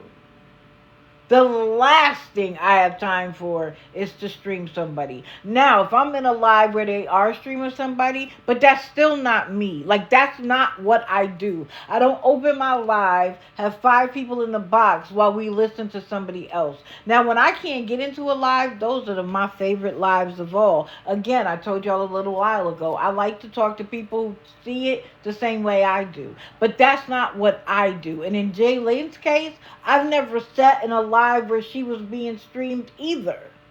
Never. Never, not once. Who's bothering to stream Jay Lynn at this stage? So, boo boo, no. Don't give me a jacket that isn't true. And so when she was like, she's somebody who streams me. No, bitch, I don't. I do not. I will talk about you. I will post a picture of you so that people know who I'm talking about. But stream you? No. No. So I was like, listen, let me up. Let's have the conversation. But I knew she wouldn't. Because she did not want people to hear what I had to say. So she blocks me. But right before the block took place, I heard her say to people, oh, I just blocked the bitch.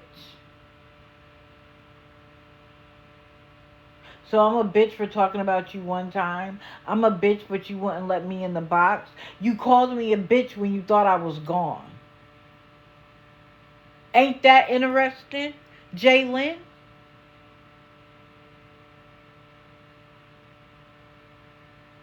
So I went back in under expose, which is what I do 90% of the time, to let them know that there's another account. So block me all you like. So I go back in and I'm like, why'd you block me? She was like, because I asked you why you were talking about me. And I said, and I asked to come up. Like, let me explain myself. She blocks me again. Again, as if that's going to stop me. So I go back in and I go back in quietly. I don't say nothing. Because I want to hear what you have to say.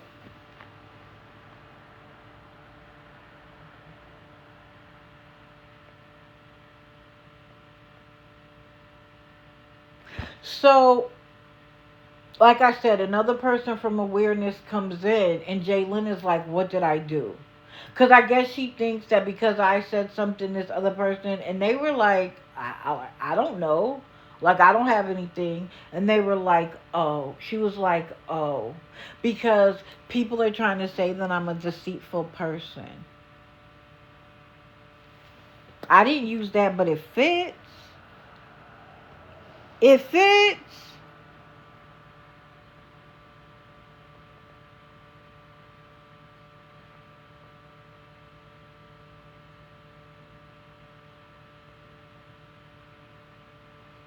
What I found interesting, though, was that it's amazing how happy-go-lucky she was this day. When all her expenses were covered. And then I thought to myself, that's probably when I watched her. Which is why I didn't see her run her scam. Because once she gets the money she's looking for, she's happy-go-lucky. And she wants to talk about the weather and what she ate and what's going on in their lives. and she's selling product from TikTok. Oh, this bra is so good. And it's funny because when she brought up the bra, I was like, I have that bra too. It's excellent.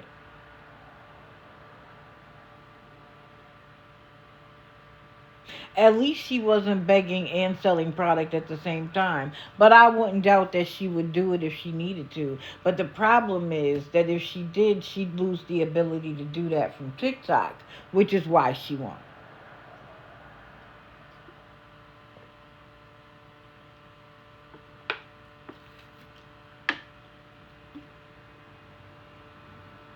But Jalen, since you've blocked both of my digital accounts, you are welcome to come here if you are big and bold enough. You were big and bold enough to call me a bitch when you thought I was gone. And what cracks me up about it is, while that's so disrespectful, which I'm not disrespectful. I speak the truth, but I'm never disrespectful. I'm not even like, when I talk to them, I'm not even like brutally honest or brutally blunt. I'm going to keep it a buck, but I try to be considerate of other people, right? And if I'm mean to them, I lose whatever standing I have with the audience. So why would I ever? Why would I ever? I don't need to curse you out. I don't need to call you a bitch. I don't need to do any of that because the facts stand where they stand. And if you weren't taking advantage of your audience, then you could have stood up and said, I wasn't taking advantage X, Y, and Z.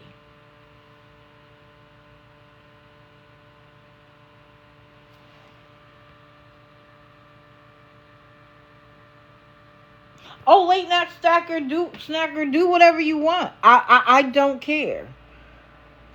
Cause now you have made me add you to my highlights. Now I'm gonna watch you harder.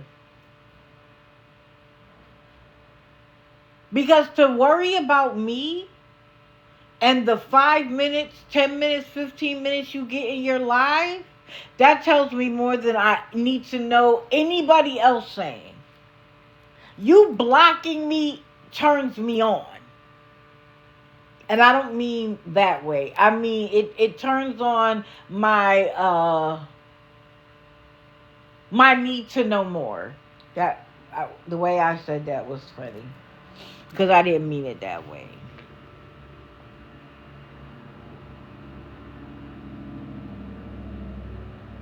And what gets me is, so you now have a safe space to stay for a whole month because they paid your rent.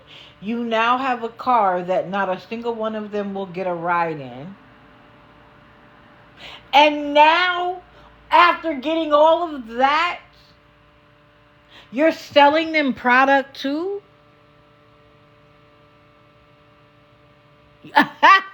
Members, don't worry. There's only one person that makes that happen. Hey, Samuel. Now you want to sell them product too. Who did that? Somebody else did that not too long ago. Oh, no. It was Josh and Ida. As soon as they got the money for that electric bill, they came back battling. It was like, what? The people who support you just gave you $600 and something dollars, or almost $600, and the thanks they get is you battling? That's how I felt about this. The thanks they got was for you to sell them products off TikTok Shop? Be for real. Be for real.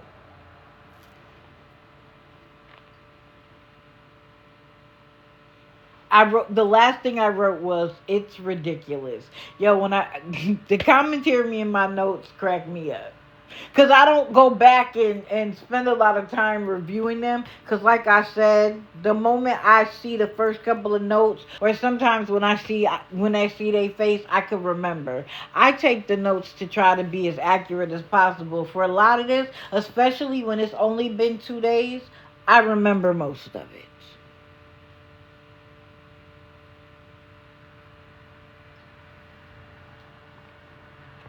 Jalen ain't coming in here.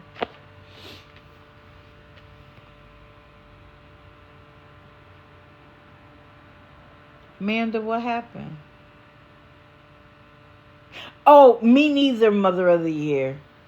Like, how do you turn your face? And that's I used to say this a lot. I call that willful ignorance.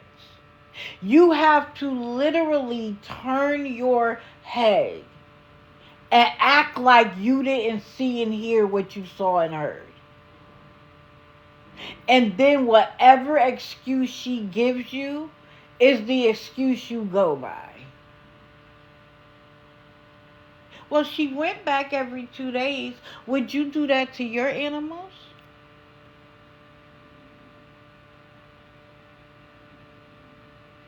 Would you leave a bunch of dogs and cats in the house together unsupervised for 2 days?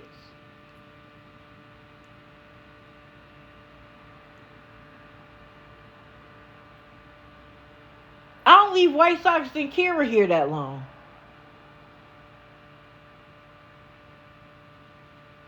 And when I did have to go out of town, where did I? Oh, I went to a family reunion. I paid somebody to come over here every day and check on them. I also had a camera in the house so that I watched them myself. Would you do that to your animals? That's my only question to her supporters. Would you do it? So why are you turning a blind eye to the person who did? Little Dora, I know. But she had to make an excuse.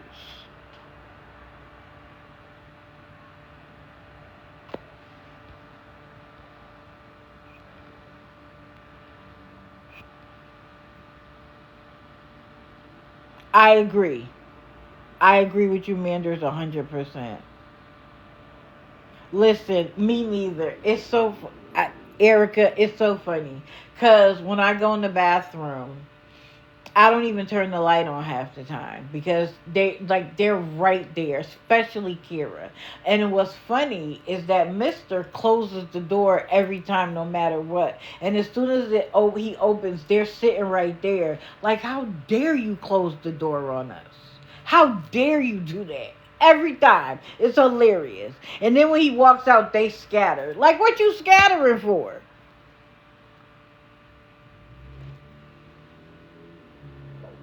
And how do you leave dogs in the house? At least cats have a litter box, right? At least for some cats anyway, you can leave enough food for a couple of days, right? But you got to clean the litter box every day. I clean mine multiple times a day. But dogs? So you intended to leave that place tore up. To leave dogs? Of course she didn't care about them animals. So again, I'm going to ask everybody who supports her, y'all are okay with that. And of course, if they were put on the stand, they would be like, no, of course not. So then why are you still sending her money? Why are you still supporting her live? You come up here and stand for yourself and explain.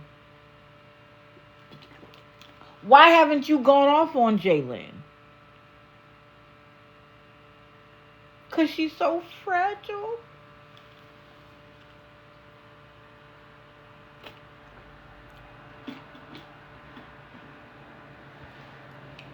So I'll be all the bitches you want me to be, Jalen. That doesn't bother me because we all know what I say. If you don't feed me, fund me, or fuck me, your opinion of me doesn't matter. Especially not somebody who doesn't take care of their animals. Somebody who, after getting a bunch of money, then tries to sell products so that I could earn a commission. You could kick rocks. Your opinion of me when at your big grown age you're not taking care of yourself? Please. Please. I'll be all the bitches because I want to be seen as opposite to you. So I'll be all the bitches. Thank you very much. Yo, I have so many notes on Tim and Angela. It's crazy. By the way, I'm not sure. Wait, let me see. Y'all should see my notes from last time. I could barely even keep it up. But what I will want to say, although I'm not featuring her yet, because I haven't seen enough, I did watch Kayla Wisner, and she was feeding that baby at 11 p.m. And there were actually people in her chat saying, I'm so glad you guys are all on the same schedule. Let me explain something to you. There's something called the circadian rhythm. Our bodies naturally are awake during the day and sleep at night. There was a time where everything was closed at nighttime. There was no hunting and gathering at nighttime because that's natural to our bodies. When we as adults work overnight, that is not natural. But we do it because we have to. Or we do it because we need to have a schedule so somebody's always home. We do it because we need to make money. And if that's the job that's available, that's what it takes. That doesn't mean that your young child should live to that schedule.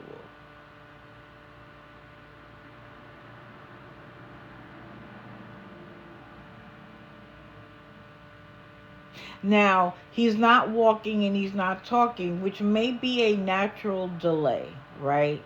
I can't say that because she has addicts watching him, that's the case. That wouldn't help it. But it could be a medical delay, right? Something they were born with. But to think that you're going to raise your child for until they go to school on this schedule, and then when it's time for them to go to school, it's going to snap back to reality. You're kidding yourself. You're going to keep your child on a schedule of dinner at 11 o'clock at night for 5 years. And then when it's time to go to school, you're magically going to switch it. By that time, you have changed your child's circadian rhythm.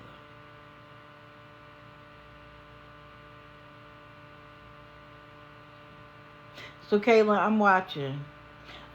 15, 17 months, something like that. It's a little baby. He's so cute.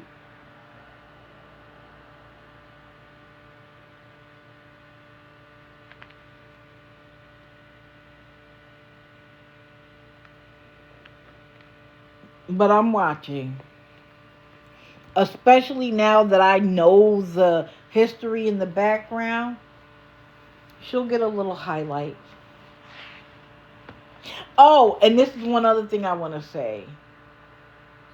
Her filter is working overtime because it slipped a couple of times, and I was like, "Woo, baby, baby."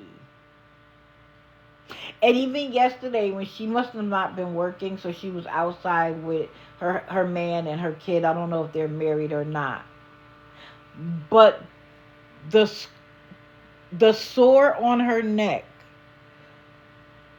was so bad that she covered it with a I was gonna say with a banana, with a Band-Aid.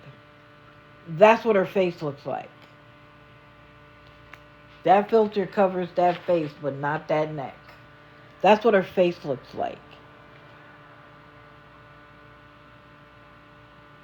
And while it could be acne, It could also be the result of drug use. But let's say for now it's acne. I don't think so, but let's just say.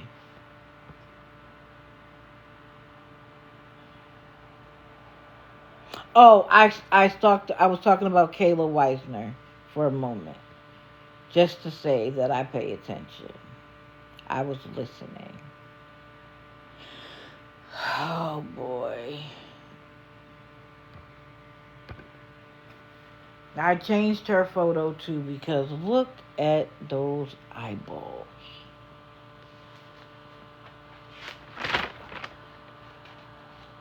Now, I have not physically seen the proof.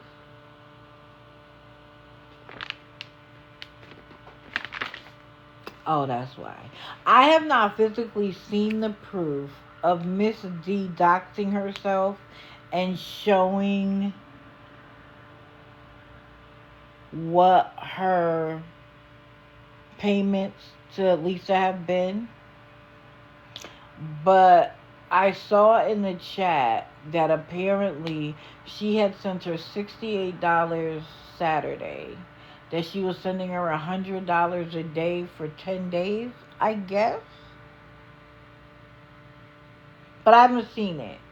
But what I can say is she definitely doxed herself because Lisa was furious that she had doxed herself. And why, you may ask? Because Lisa could no longer hold it over her head. Lisa couldn't say, Miss D, I'm going to dox you, I'm going to dox you, I'm going to show them everything. And this is my call out to all of you. Let her dox you. Reveal yourself. Dox yourself. And I'm not saying your personal information. But come out and be like, yep, I was supporting her because I thought she was telling the truth. Or I felt bad. Or I thought that if I got her to a certain point, she'd go to rehab. Or I just wanted to give her money because I was mad at what everybody was saying. I don't care what your reason is. Come out. Tell us a lie even. Oh, I really thought I was up. I don't care. Come out. Because then you can get off of her roller coaster. And if everybody comes out and she's going to turn on you, because that's what she does, we could stop this now. You will no longer feel obligated to give her money. And we can create the hole she needs to get in to either make a decision one way or another. As long as she is still able to get money, she's going to continue to play this game. She was in, quote unquote, a pizza shop after 2 o'clock saying she was still waiting for her pizza when she had no idea where money was coming from. Lisa, stop lying. 1 minute she's asking for money because she needs to get away from Nate, and 5 minutes later she's back with him. What was it last night? I need $33 for an Uber to go to my parents' hotel at 11:30 at night. You'd get there at midnight? And you want me to believe your parents want that BS? I was like, girl, your parents don't want you, because if they wanted you, they could have come and got you all this time. All this time. They have left her there. What do y'all think you know better than her parents, who would have been living with her for the last 6-7 months? You think you know better than them? Like, where's the common sense?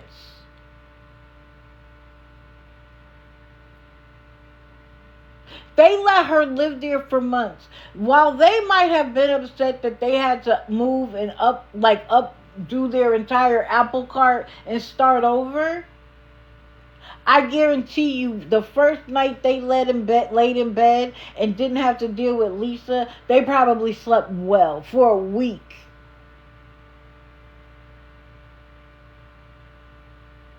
And I'm sure they're hearing about her wilding out on TikTok. I'm sure they're hearing from the neighborhood that she's doing the absolute most. And yet and still, they still haven't come and got her. I know they got evicted. But they didn't get evicted because of her. They should have. But it wasn't because of her.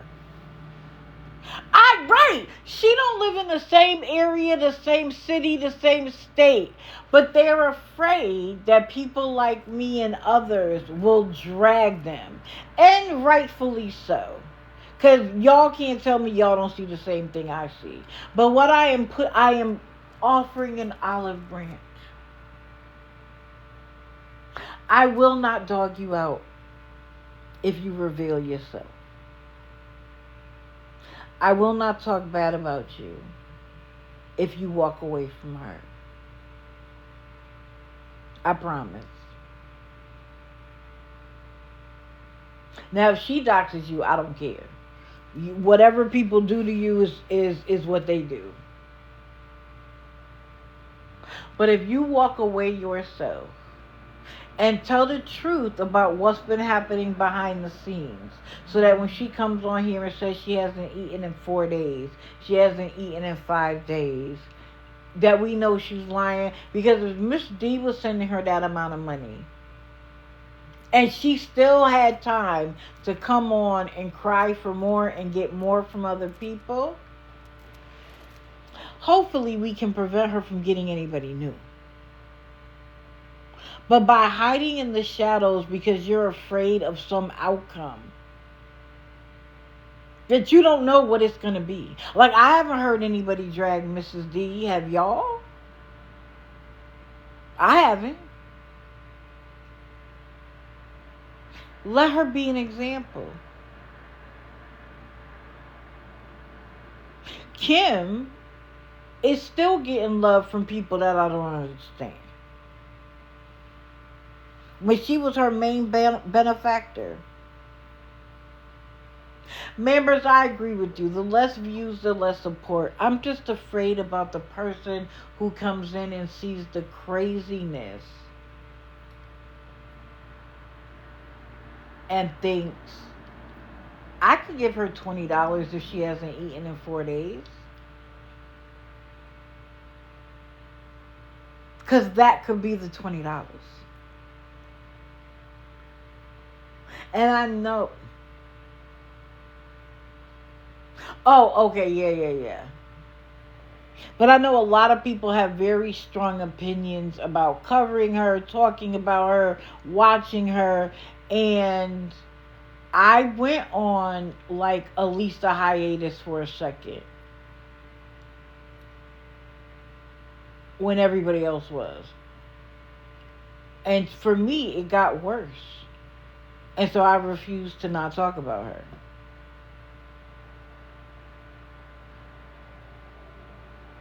And I am of the opinion that her teeth have gotten worse. Let me see if I have that photo.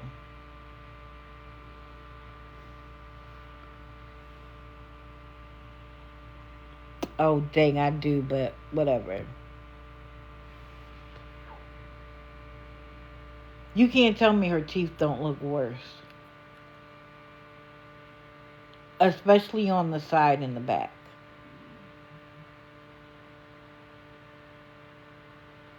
I'm sorry I didn't cross out her thing. But I'm only going to leave it up here for a second. She has gotten so much worse in so many ways.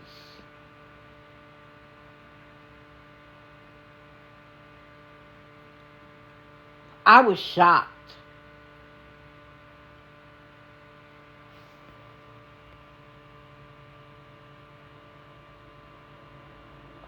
Oh, are you volume?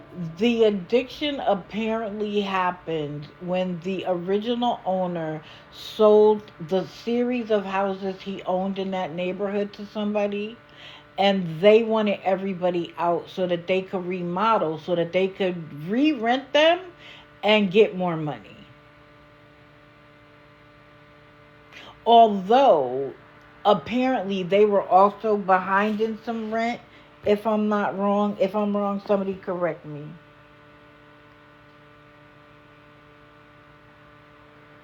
This is a poor soul, but she did this to herself.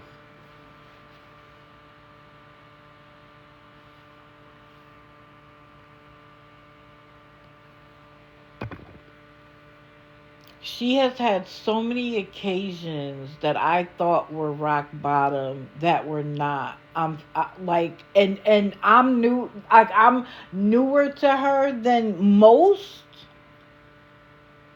but I knew when she lost her son that was gonna be it. And then when she lost the dog, that would be it. And then when they put her in the hospital for what was it, 48 hours, I thought that would be it. Then when they turned off the electricity, the gas, everything, I thought that would be it. Then when they kicked her out and the parents were saying she couldn't come there, I was like, that'll be it. Then when they got evicted and they didn't take her, I thought she'll tough it out for a little bit. But after a while, that'll be it. And each time, it's gotten worse, not better. Yeah, her pet roaches and her fly. I remember hearing the recording of the police dispatch when they went into her house one time. And they were saying there are pets in here, like the ASPCA or whatever local organization was going to come get them. And they were like, you're going to need to suit up. There are bugs on every inch of this house.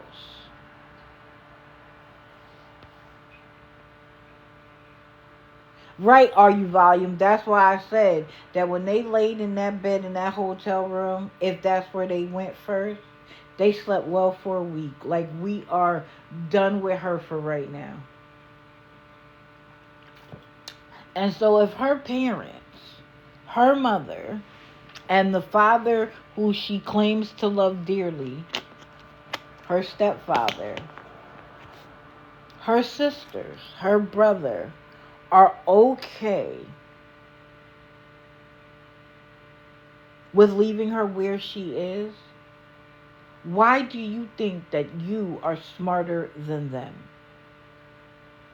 That if you send her money, it's better.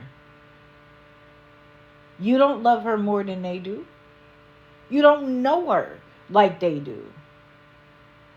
So why would you have the hubris to think that you know better? That your money is what's necessary to fix this?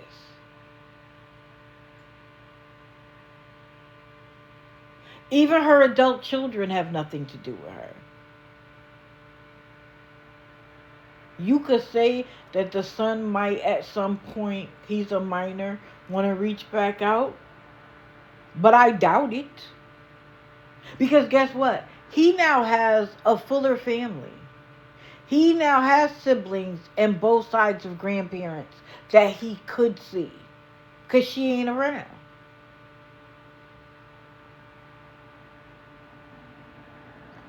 He has a much fuller life.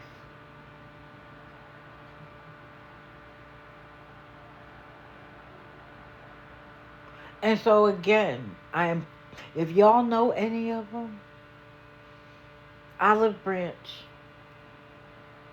Now I can't say you won't get dragged by anybody. I don't control anybody else's page or platform. But release yourself. Release yourself. Right, it is almost time. Let's see if we get an obituary this time. She does have a granddaughter she's never seen. She has a niece she almost never sees.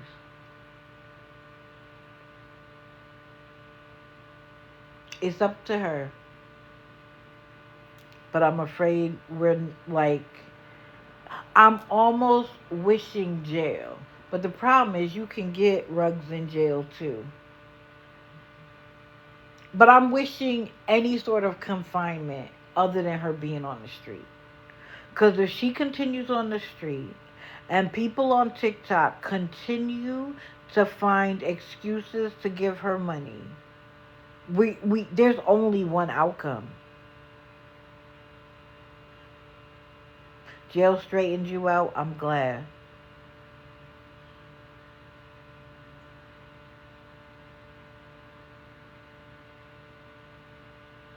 But she's so addicted. She would need a serious detox. Like in a place that is managed for that. Or like, and I'm afraid to put her in isolation in jail because she'd probably get rushed to the hospital. Like, I think the best solution would be for her to be in a professional detox. But perhaps if she gets arrested, she goes to court, that could happen.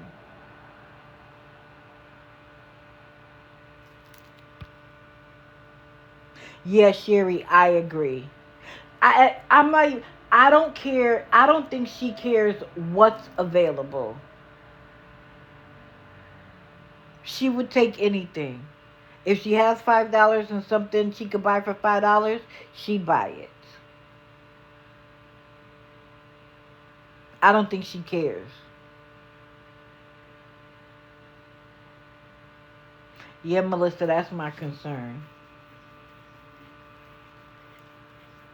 I mean, HF, um, the big C. I mean, Rack was her preferred at one time, but there are worse things. And for her to be like, "Oh, I walked to the thing every day," I don't know that I believe that.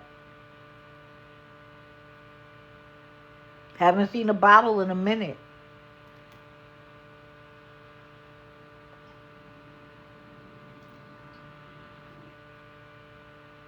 Haven't seen a bottle in a minute.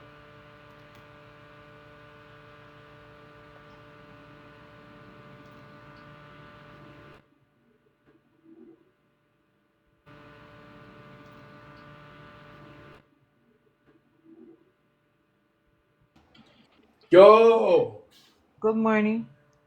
good morning. Yo, Good morning. good morning. Good morning. I'm at work right now. Oh, okay. What's going on? I don't know. How old Oh, okay. What's going on? are you? I'm 23. How old are you? I'm 23. Baby, you didn't pick the wrong live. I'm 23. Sorry.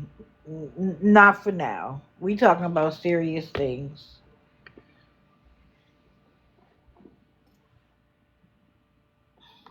Come on now. Y'all might be able to do that other places, and there might be times where I feel like playing the game, but not right now. Sorry. Maybe you're younger than my son.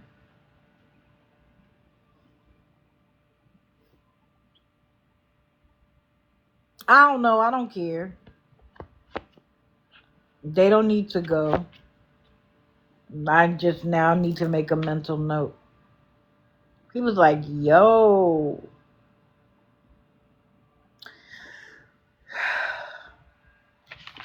So please dox yourselves. Get off her roller coaster. Then you don't gotta worry about it no more. There are people in Texas that could use your help right now. You want to help people? Donate to an animal shelter. Go to your local hospital and talk to someone who doesn't get visits. Hug babies that don't have parents. Go to a nursing home and go see somebody who hasn't had a visit in a long time. Go to a local school and they'll take any donation you want to offer. Go to a daycare and pay somebody's daycare bill for a week. Like, there's so many better things you could do with your money. Or put it in a bank and let it grow for your grandchildren. Like, I don't know. But find something else to do. Because this isn't benefiting anybody. And especially not her. If you tell me you care about her, then stop the money.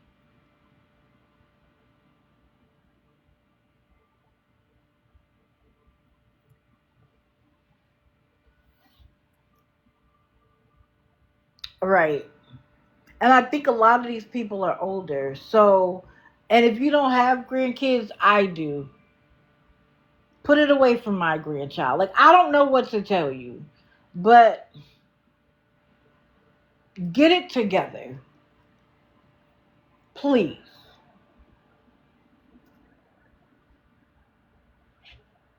So let's talk about my favorites. Didn't see them on last night, did we?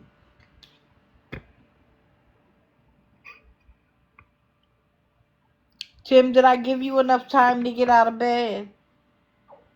I hope I did, since you haven't slept well for the last 7 days. Or whatever you said. 4 days, whatever. Did I give you enough time to sleep? So you could come in here and watch me and then talk about me? Or no, I'm sorry. He won't talk about me, but he'll try to refute some of what I say in his live. Bro, I know you're listening. Or you got somebody recording me or something. But that's okay. I love it for you. So let's go back to Monday night. This is going to be a long one. That's why I left a half hour for it. And you were like, you've run out of EBT until the 8th. That's tomorrow, boo.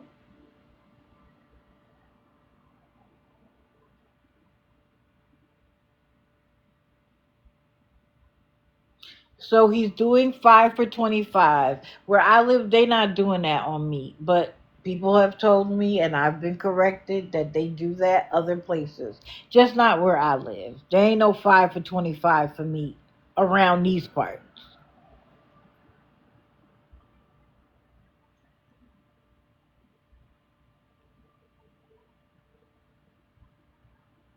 Then he decided to go on a political rant, which, bro, that's the dumbest thing I have ever heard anybody begging for money to do. Because he started out with his opinion, which is his right, it's his page, cool. But then he was like, and if you don't agree with me, you can get out of this live. And I'm sitting here like, are you stupid? The very person who might have sent you the $65 you need for your hotel room, you just told them to leave. And when he realized it, he backed the fuck up. Excuse me. Like, sir, you can't be that you can't be that stupid to be this desperate. Why would you do that? You don't know what side of the political spectrum people are on. And I tell you all the time, I don't care. Like, that's not what this is about. Have whatever political feelings you want. At the end of the day, we are here now, and we're all going to have to live with whatever happens. I'm here to talk about scammers. If you're here to beg, I'm going to need you to stop talking about politics and religion, because that's never going to suit you. And Lot Lizard, I'm here for you, baby.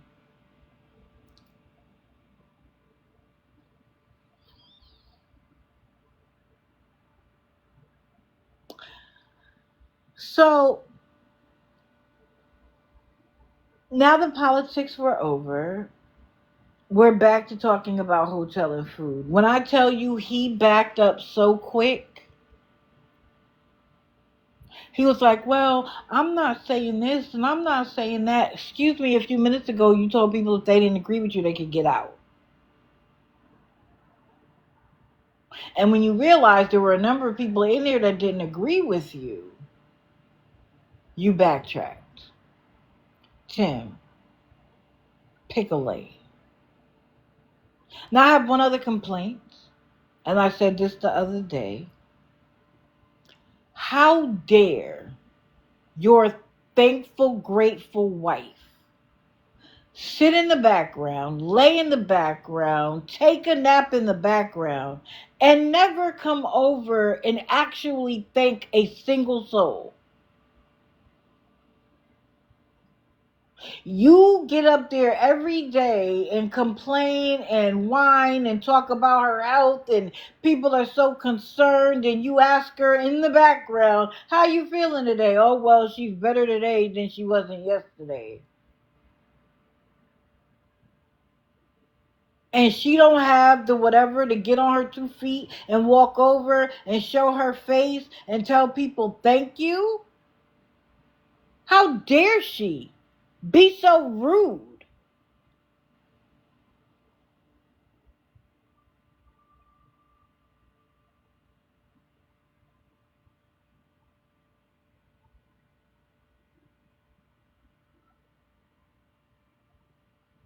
This is the other thing.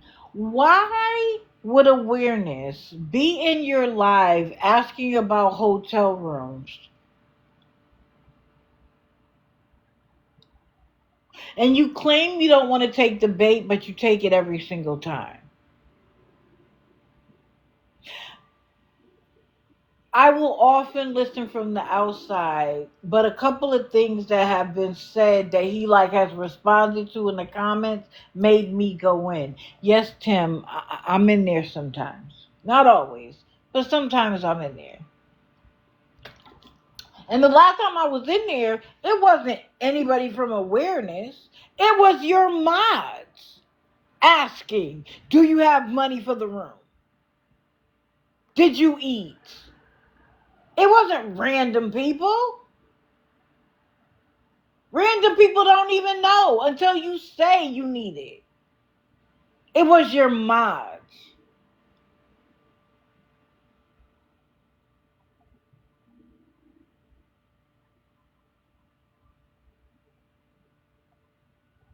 And then on that particular night, he was like, oh, well, we have the room at $65 a night. We have it until 11 a.m. Then he was like, but the awareness of people are going to say I'm dry begging. If it fits the description, own it. And then he went on this rant about how, well, I need this and my wife needs that and she needs a purse and blah, blah, blah, blah, blah. And he was like, okay, I'm dry begging. Sir, you don't got to prove it to us. We already know. We already know. And then someone in the comments was like, you should buy your wife a purse. And he took that opportunity to say, oh, I would, but I have 37 cents. Well, then get off your ass and go do something.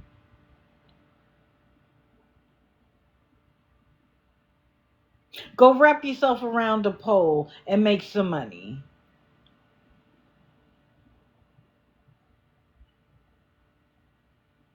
Do something.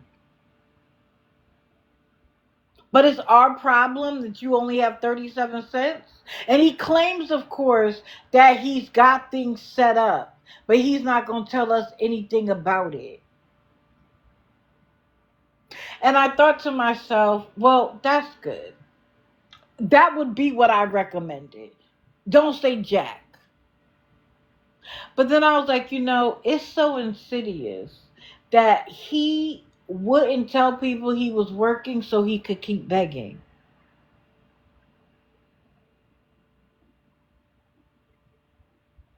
Like that's how badly of a moral compass that I think they have. That he would have an actual full-time job and they would still get on here at night and beg. Oh, Steve Crick is here. Well, I guess I gave you enough time to sleep, boo. Is Lot Lizard watching for you so she could text you at 6:30 in the morning to say that somebody's talking about you? Well, I didn't talk about you until 9 o'clock. So I hope I gave you enough rest. And Steve, don't even say nothing in the comments because you ain't willing to come up here. So keep your mouth shut. Don't mute them though, because heaven forbid they'll be complaining. Steve Crick got muted. Then he comes on, let's see, what day is this? Saturday. And as usual, people come in, how are you, how are you, how are you? Oh, I'm worried and stressed. I'm worried and stressed. Guess what?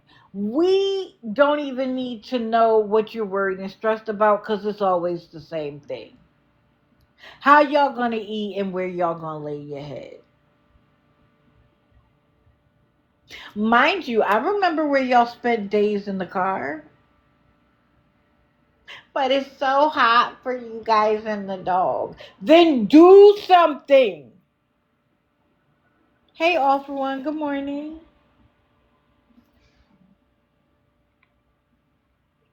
If you weren't here, I suggested that you wrap your body around a pole and make some money. Do whatever it is you gotta do. But I'm sick of seeing you on here begging like you aren't as old as you are and know how to do some day labor. Mow some lawns. Do something besides expecting people on this app to fund everything for you. And this was wait, I want to say this.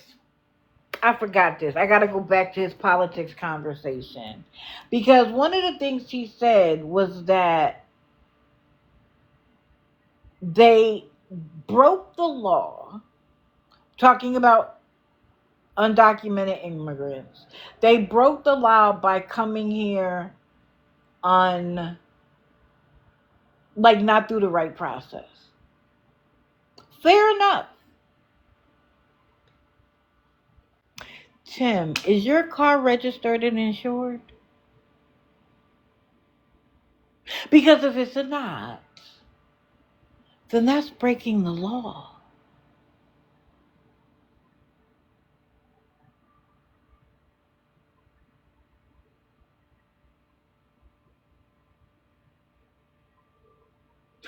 Are we holding other people to a different standard, sir? How about we put you in, what are they calling it down here? Alligator Alcatraz. Because you breaking the law. I love how he could sit there and be high and mighty and righteous, and this has nothing to do with your politics. And talk about how other people are breaking the law while he breaks the law. Correct, members. Correct.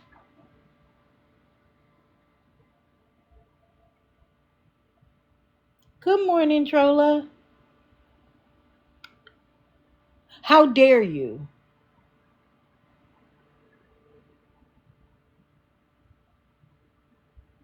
Anyway, on to the next one. So he's stressed and worried. And then he said that somebody on Reddit reached out to him who used to be a part of Awareness and told him that Awareness is beefing.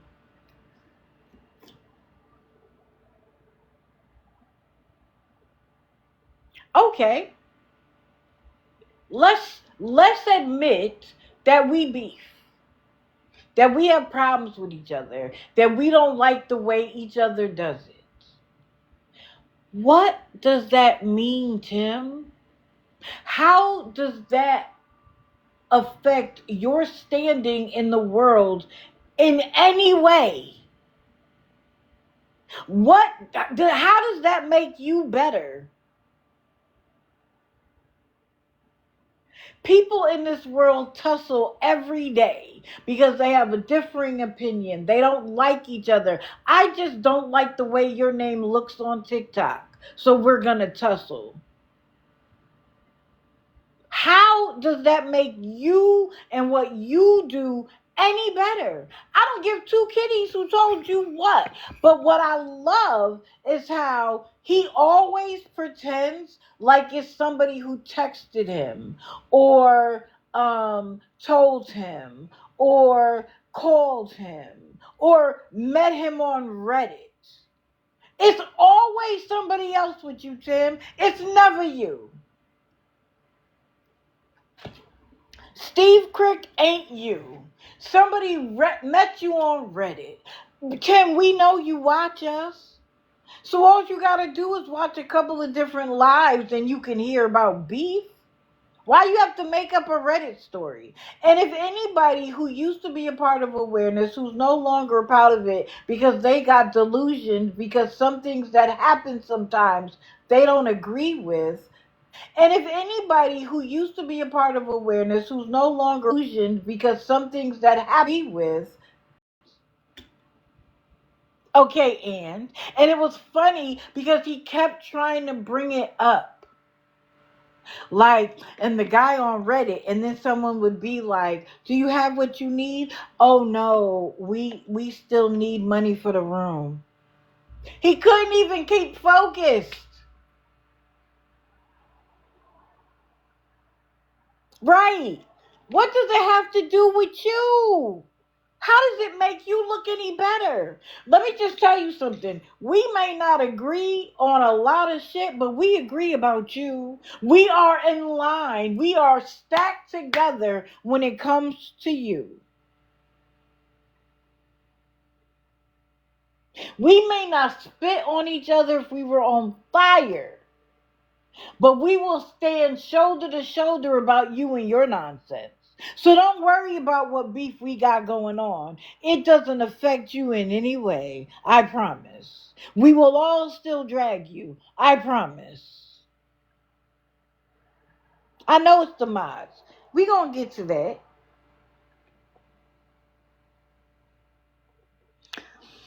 Then he said that he was fired and she was fired because they got sick of the phone calls that they got from people on TikTok. And then he said it was on his separation notice.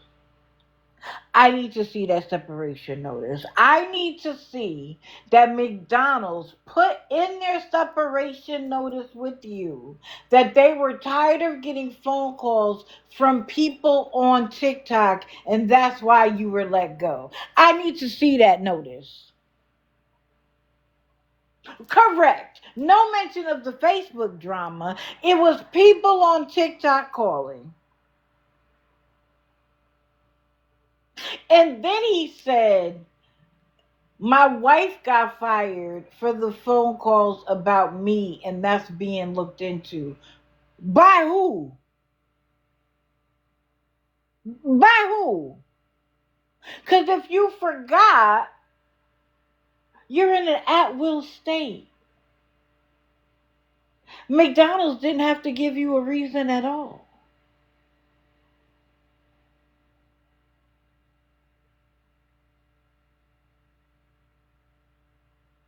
I heard him say TikTok. He said awareness in the past, but on this particular night, he said TikTok.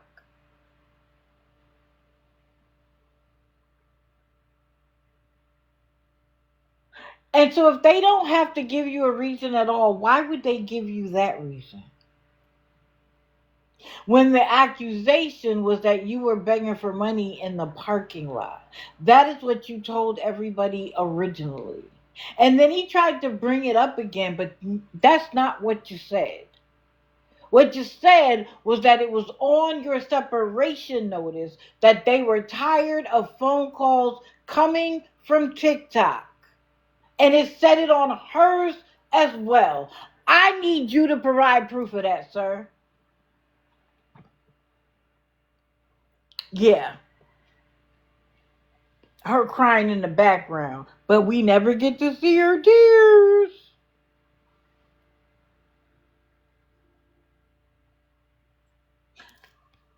Correct, Shell. Now I can see him dropping her off to work and then talking to people in the restaurant and outside begging for money. I can see that because he's the beggar. And they fire her because her husband has done it more than once. Like I could see that being the thing. 2 weeks in. You need to post that letter. Steve, let your boy know we need to see the separation letters. Stop blaming us for stuff. Stop telling people it was us when you quote unquote have proof that it was people on TikTok, that it was people in awareness. Post the letter. I know. I talked about that the other day. If there was something you wanted to do, Google is free. You don't need somebody in the comments to say, oh, you could get it in 6 weeks. Look it up. You want your CDL? Look it up. What you gonna get a rig that she could sleep in the back of, and you could have the dog and the microwave and all of that?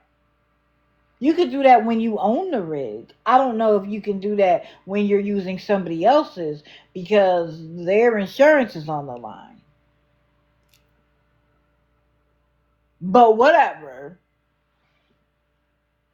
You're just trying to make people believe that you're looking into serious work. Go have a seat. Post the letter. And wait, hold on. I wrote down his words exactly. They got tired of the calls from TikTok and released us both. She was let go because of the calls on me, and that is being looked into further. By who? Who's looking into it?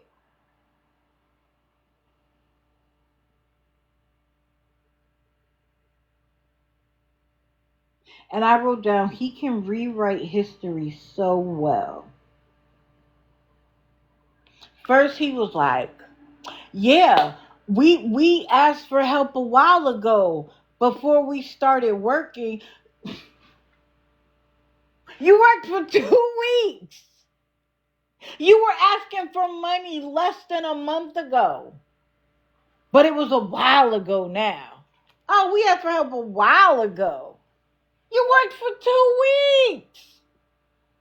And now you're right back to asking for help. You asked for help 3 days ago. Okay.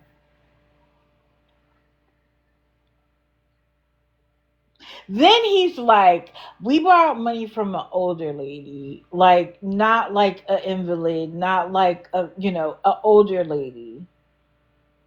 And we were paying her back until until awareness got us fired.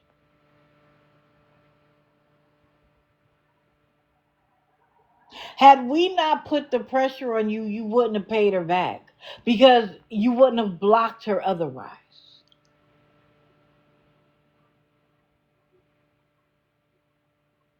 Correct my face overlay. They got themselves, of course they did.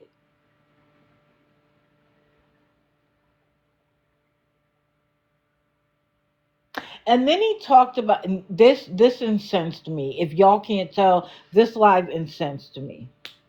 And then he started to talk about the young lady that they screamed at. And they gave us even more information that I didn't know. So I'm thinking that this lady is around their age, maybe a little bit younger. No, she's in her 20s. Closer to 30 than the 20, but in her 20s. How, y'all aren't friends. That's an imbalance. That's a power imbalance. I see why you wanted pictures of her though, if she's in her 20s. I see why you threatened to talk to her daddy. Because I remember thinking, like, if a man said that to me, I would be like, go ahead.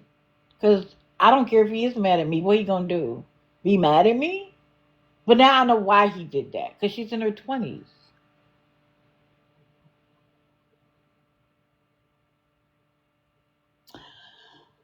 But I gathered that the reason why the video of that live has not gone public because the young lady, well, I think her name is Kimberly, said that it would be triggering. And he asked, could anybody in awareness, which he's blocked us all, so of course we can't. But he asked the question, could anybody explain how she could be triggered by his voice if she can listen to him live and listen to old recordings of him? Let me explain it to you, Steve Crick Tim.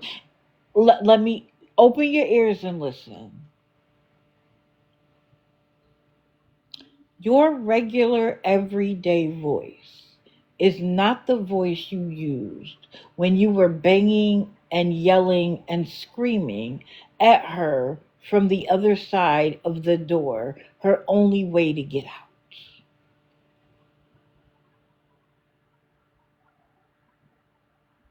The night of the incident, where it was so loud that people in a live could hear you and your wife banging at her door and window and screaming loudly, is what is triggering. That event is what is triggering. She doesn't want to hear that night again. It has nothing to do with your everyday, regular, degular voice. You scared her that night. You intended to intimidate her that night, which is why you did what you did. And if what you did was okay, why did the owner come outside and caution you? Whether it was awareness that called the police, Kimberly that called the police, or a neighbor that called the police, what you did was outrageous. Because it was incredibly hypocritical for you to talk about us bullying you while you bullied a young woman.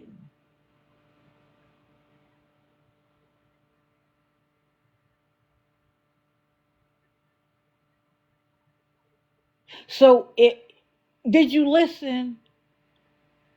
The triggering is the event. She doesn't want to hear that again. It has nothing to do with your everyday regular voice while you're begging for money on TikTok. Did you get it? Did you understand what that meant?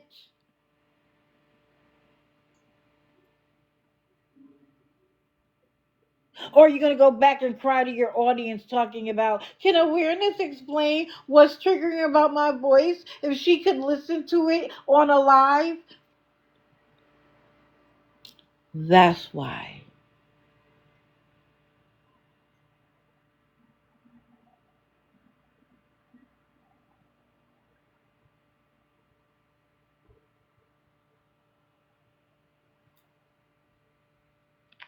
That set me off. It sounds like a DV abuser who says you made me do it.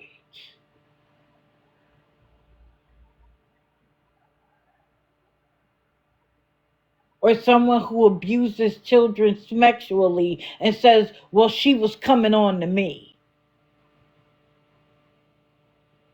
It's her fault that you triggered her. It's her fault. At your big age, you should have been like, well, now we know we couldn't trust her and move on. You act like children, but want to be treated like adults.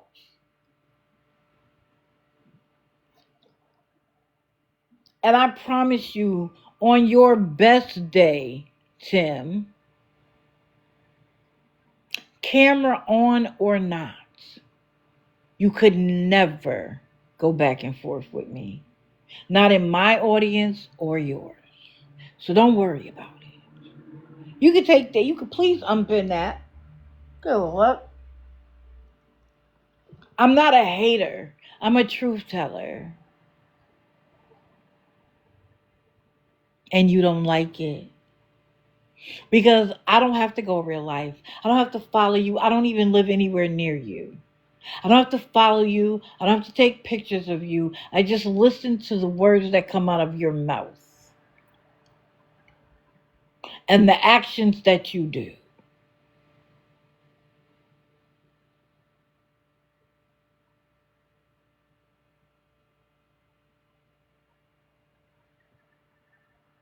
They were upset because Kimberly came to awareness and talked about the truth. She was upset because Kimberly told the truth that he asked her for photos. And when that came out, there are people who got phone calls from other people that said, yes, he asked me to do the same thing. That's why she was so mad. Why was she in your room? Why was a 20-year-old in your room?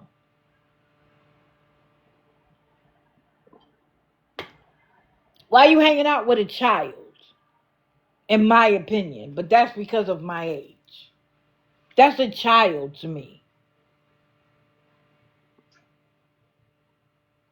So let's see. Sorry, guys. I said I wasn't going to go over, but give me a minute. He then said, I guess when you ask for help, you're a scammer. And I said, no, you're a straightforward beggar, but that falls on the spectrum of scamming. And the fact that you asked people for money, told them you would pay them back, fed them along when you knew you wouldn't, and then blocked them because you couldn't, that's scamming, Tim.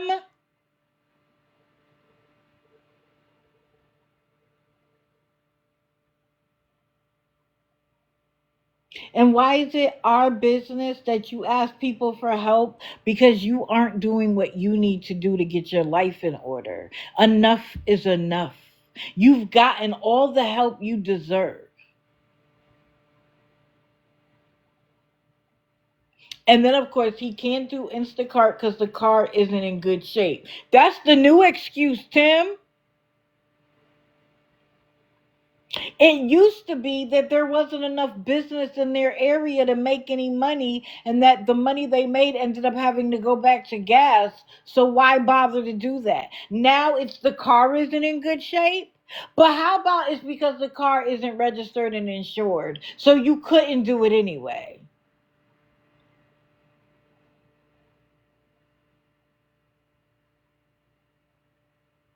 Mr.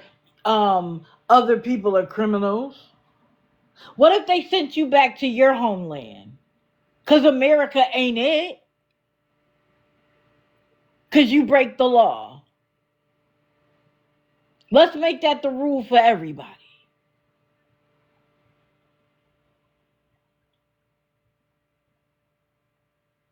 Then he said they don't have health insurance. They go to the health department for everything.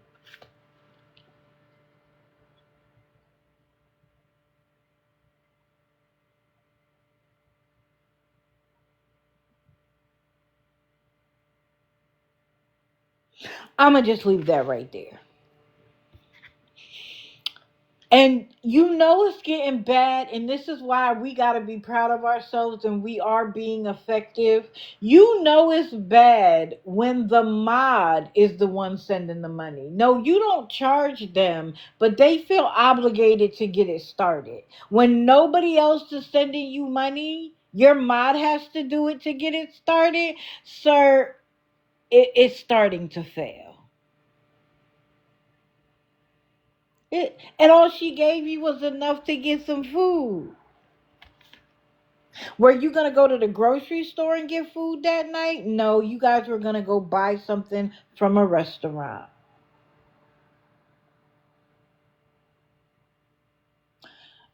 Tim, the end is coming. And guess what? For everything that you do, for as long as it takes, I'll be here watching. You would have to block every single person in your mods to get me out of there. I promise. I'll be watching.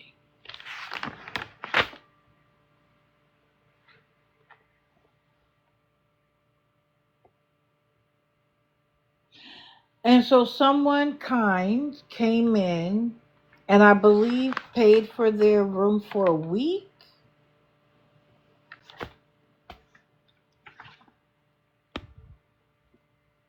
So he'll probably be back on and back on private because tomorrow they get their food stamps, so they won't need money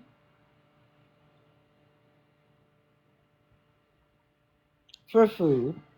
And the hotel room is paid for a week. This is my question. Or not even my question. Tim, you'll be back on public because you will not have worked in enough time to pay for the hotel room when the week is over. So, welcome back to public. I'll be there too. But I'll be there when you're private as well. I'll be there too. Okay? There'll be a lot of us still there while you're private. So I hope I gave you enough rest this morning. I hope I gave you some things to think about. I hope I gave you content for your page because now awareness has become your content. But we know what you're doing. We're here. We're going to stay here. We stay until we get rid of you. And when you come back, we're back. So let me give you some advice. Go away. Stop begging. And then we have no content. And you and your wife could live peacefully ever after. But as long as you are on social media, and I'm everywhere, I have accounts everywhere. As long as you are on social media and begging for money, we're going to be here too.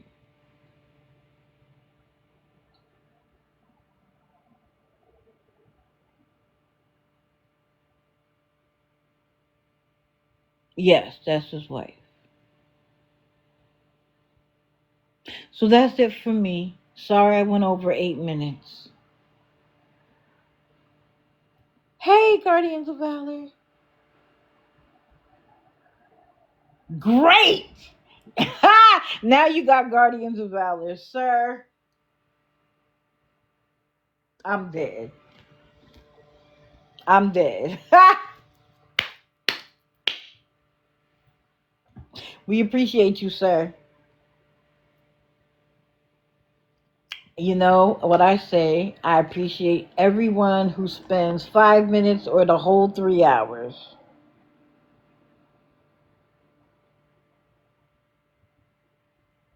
I appreciate you. You guys are my motivation to keep doing this.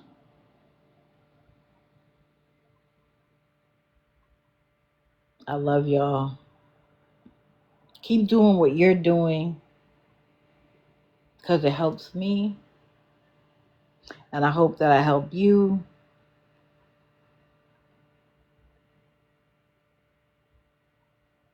I'm going to end it here. Thank you, Steve Crick, for making an appearance. I'll be looking forward to you talking about it. You probably won't talk about it today because I've said you're going to talk about it today. You probably won't, but you will because you have no self-control.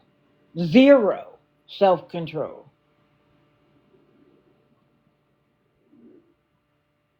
And when somebody ruffles your feathers, you can't take it. You can't take it even a little bit. But guess what? I don't live 2 doors down. And you don't scare me. Neither one of you. You come banging on my door, you won't be walking back. There's no man that's going to protect you. I live in Florida. So I suggest you don't even try to do that. But I hope everybody had a wonderful weekend. Please pray for Texas. Please pray for them babies. Please pray for the animals.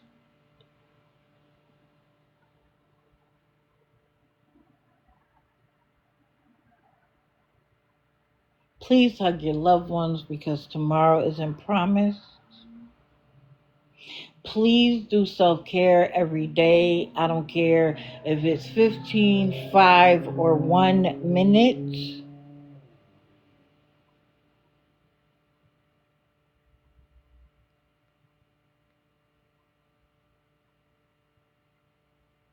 And I want you guys to have a wonderful day. I will either see you in the streets or I will see you Wednesday morning. Have a wonderful rest of the morning and afternoon. You know what I'm about to do? I'm about to go take a nap. Because none of this keeps me up.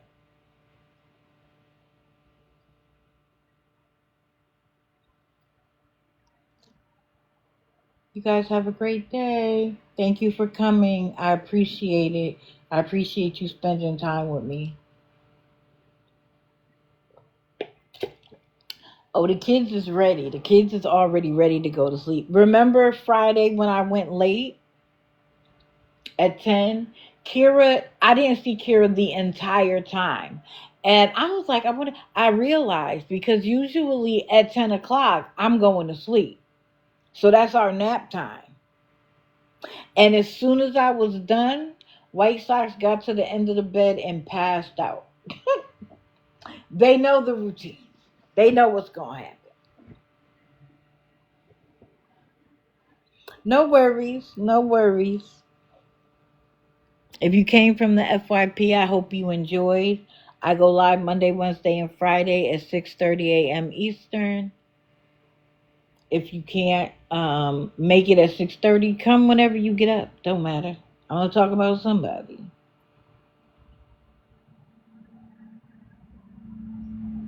Thank you, guys. I'll see you in the streets or I'll see you Wednesday. I'm out.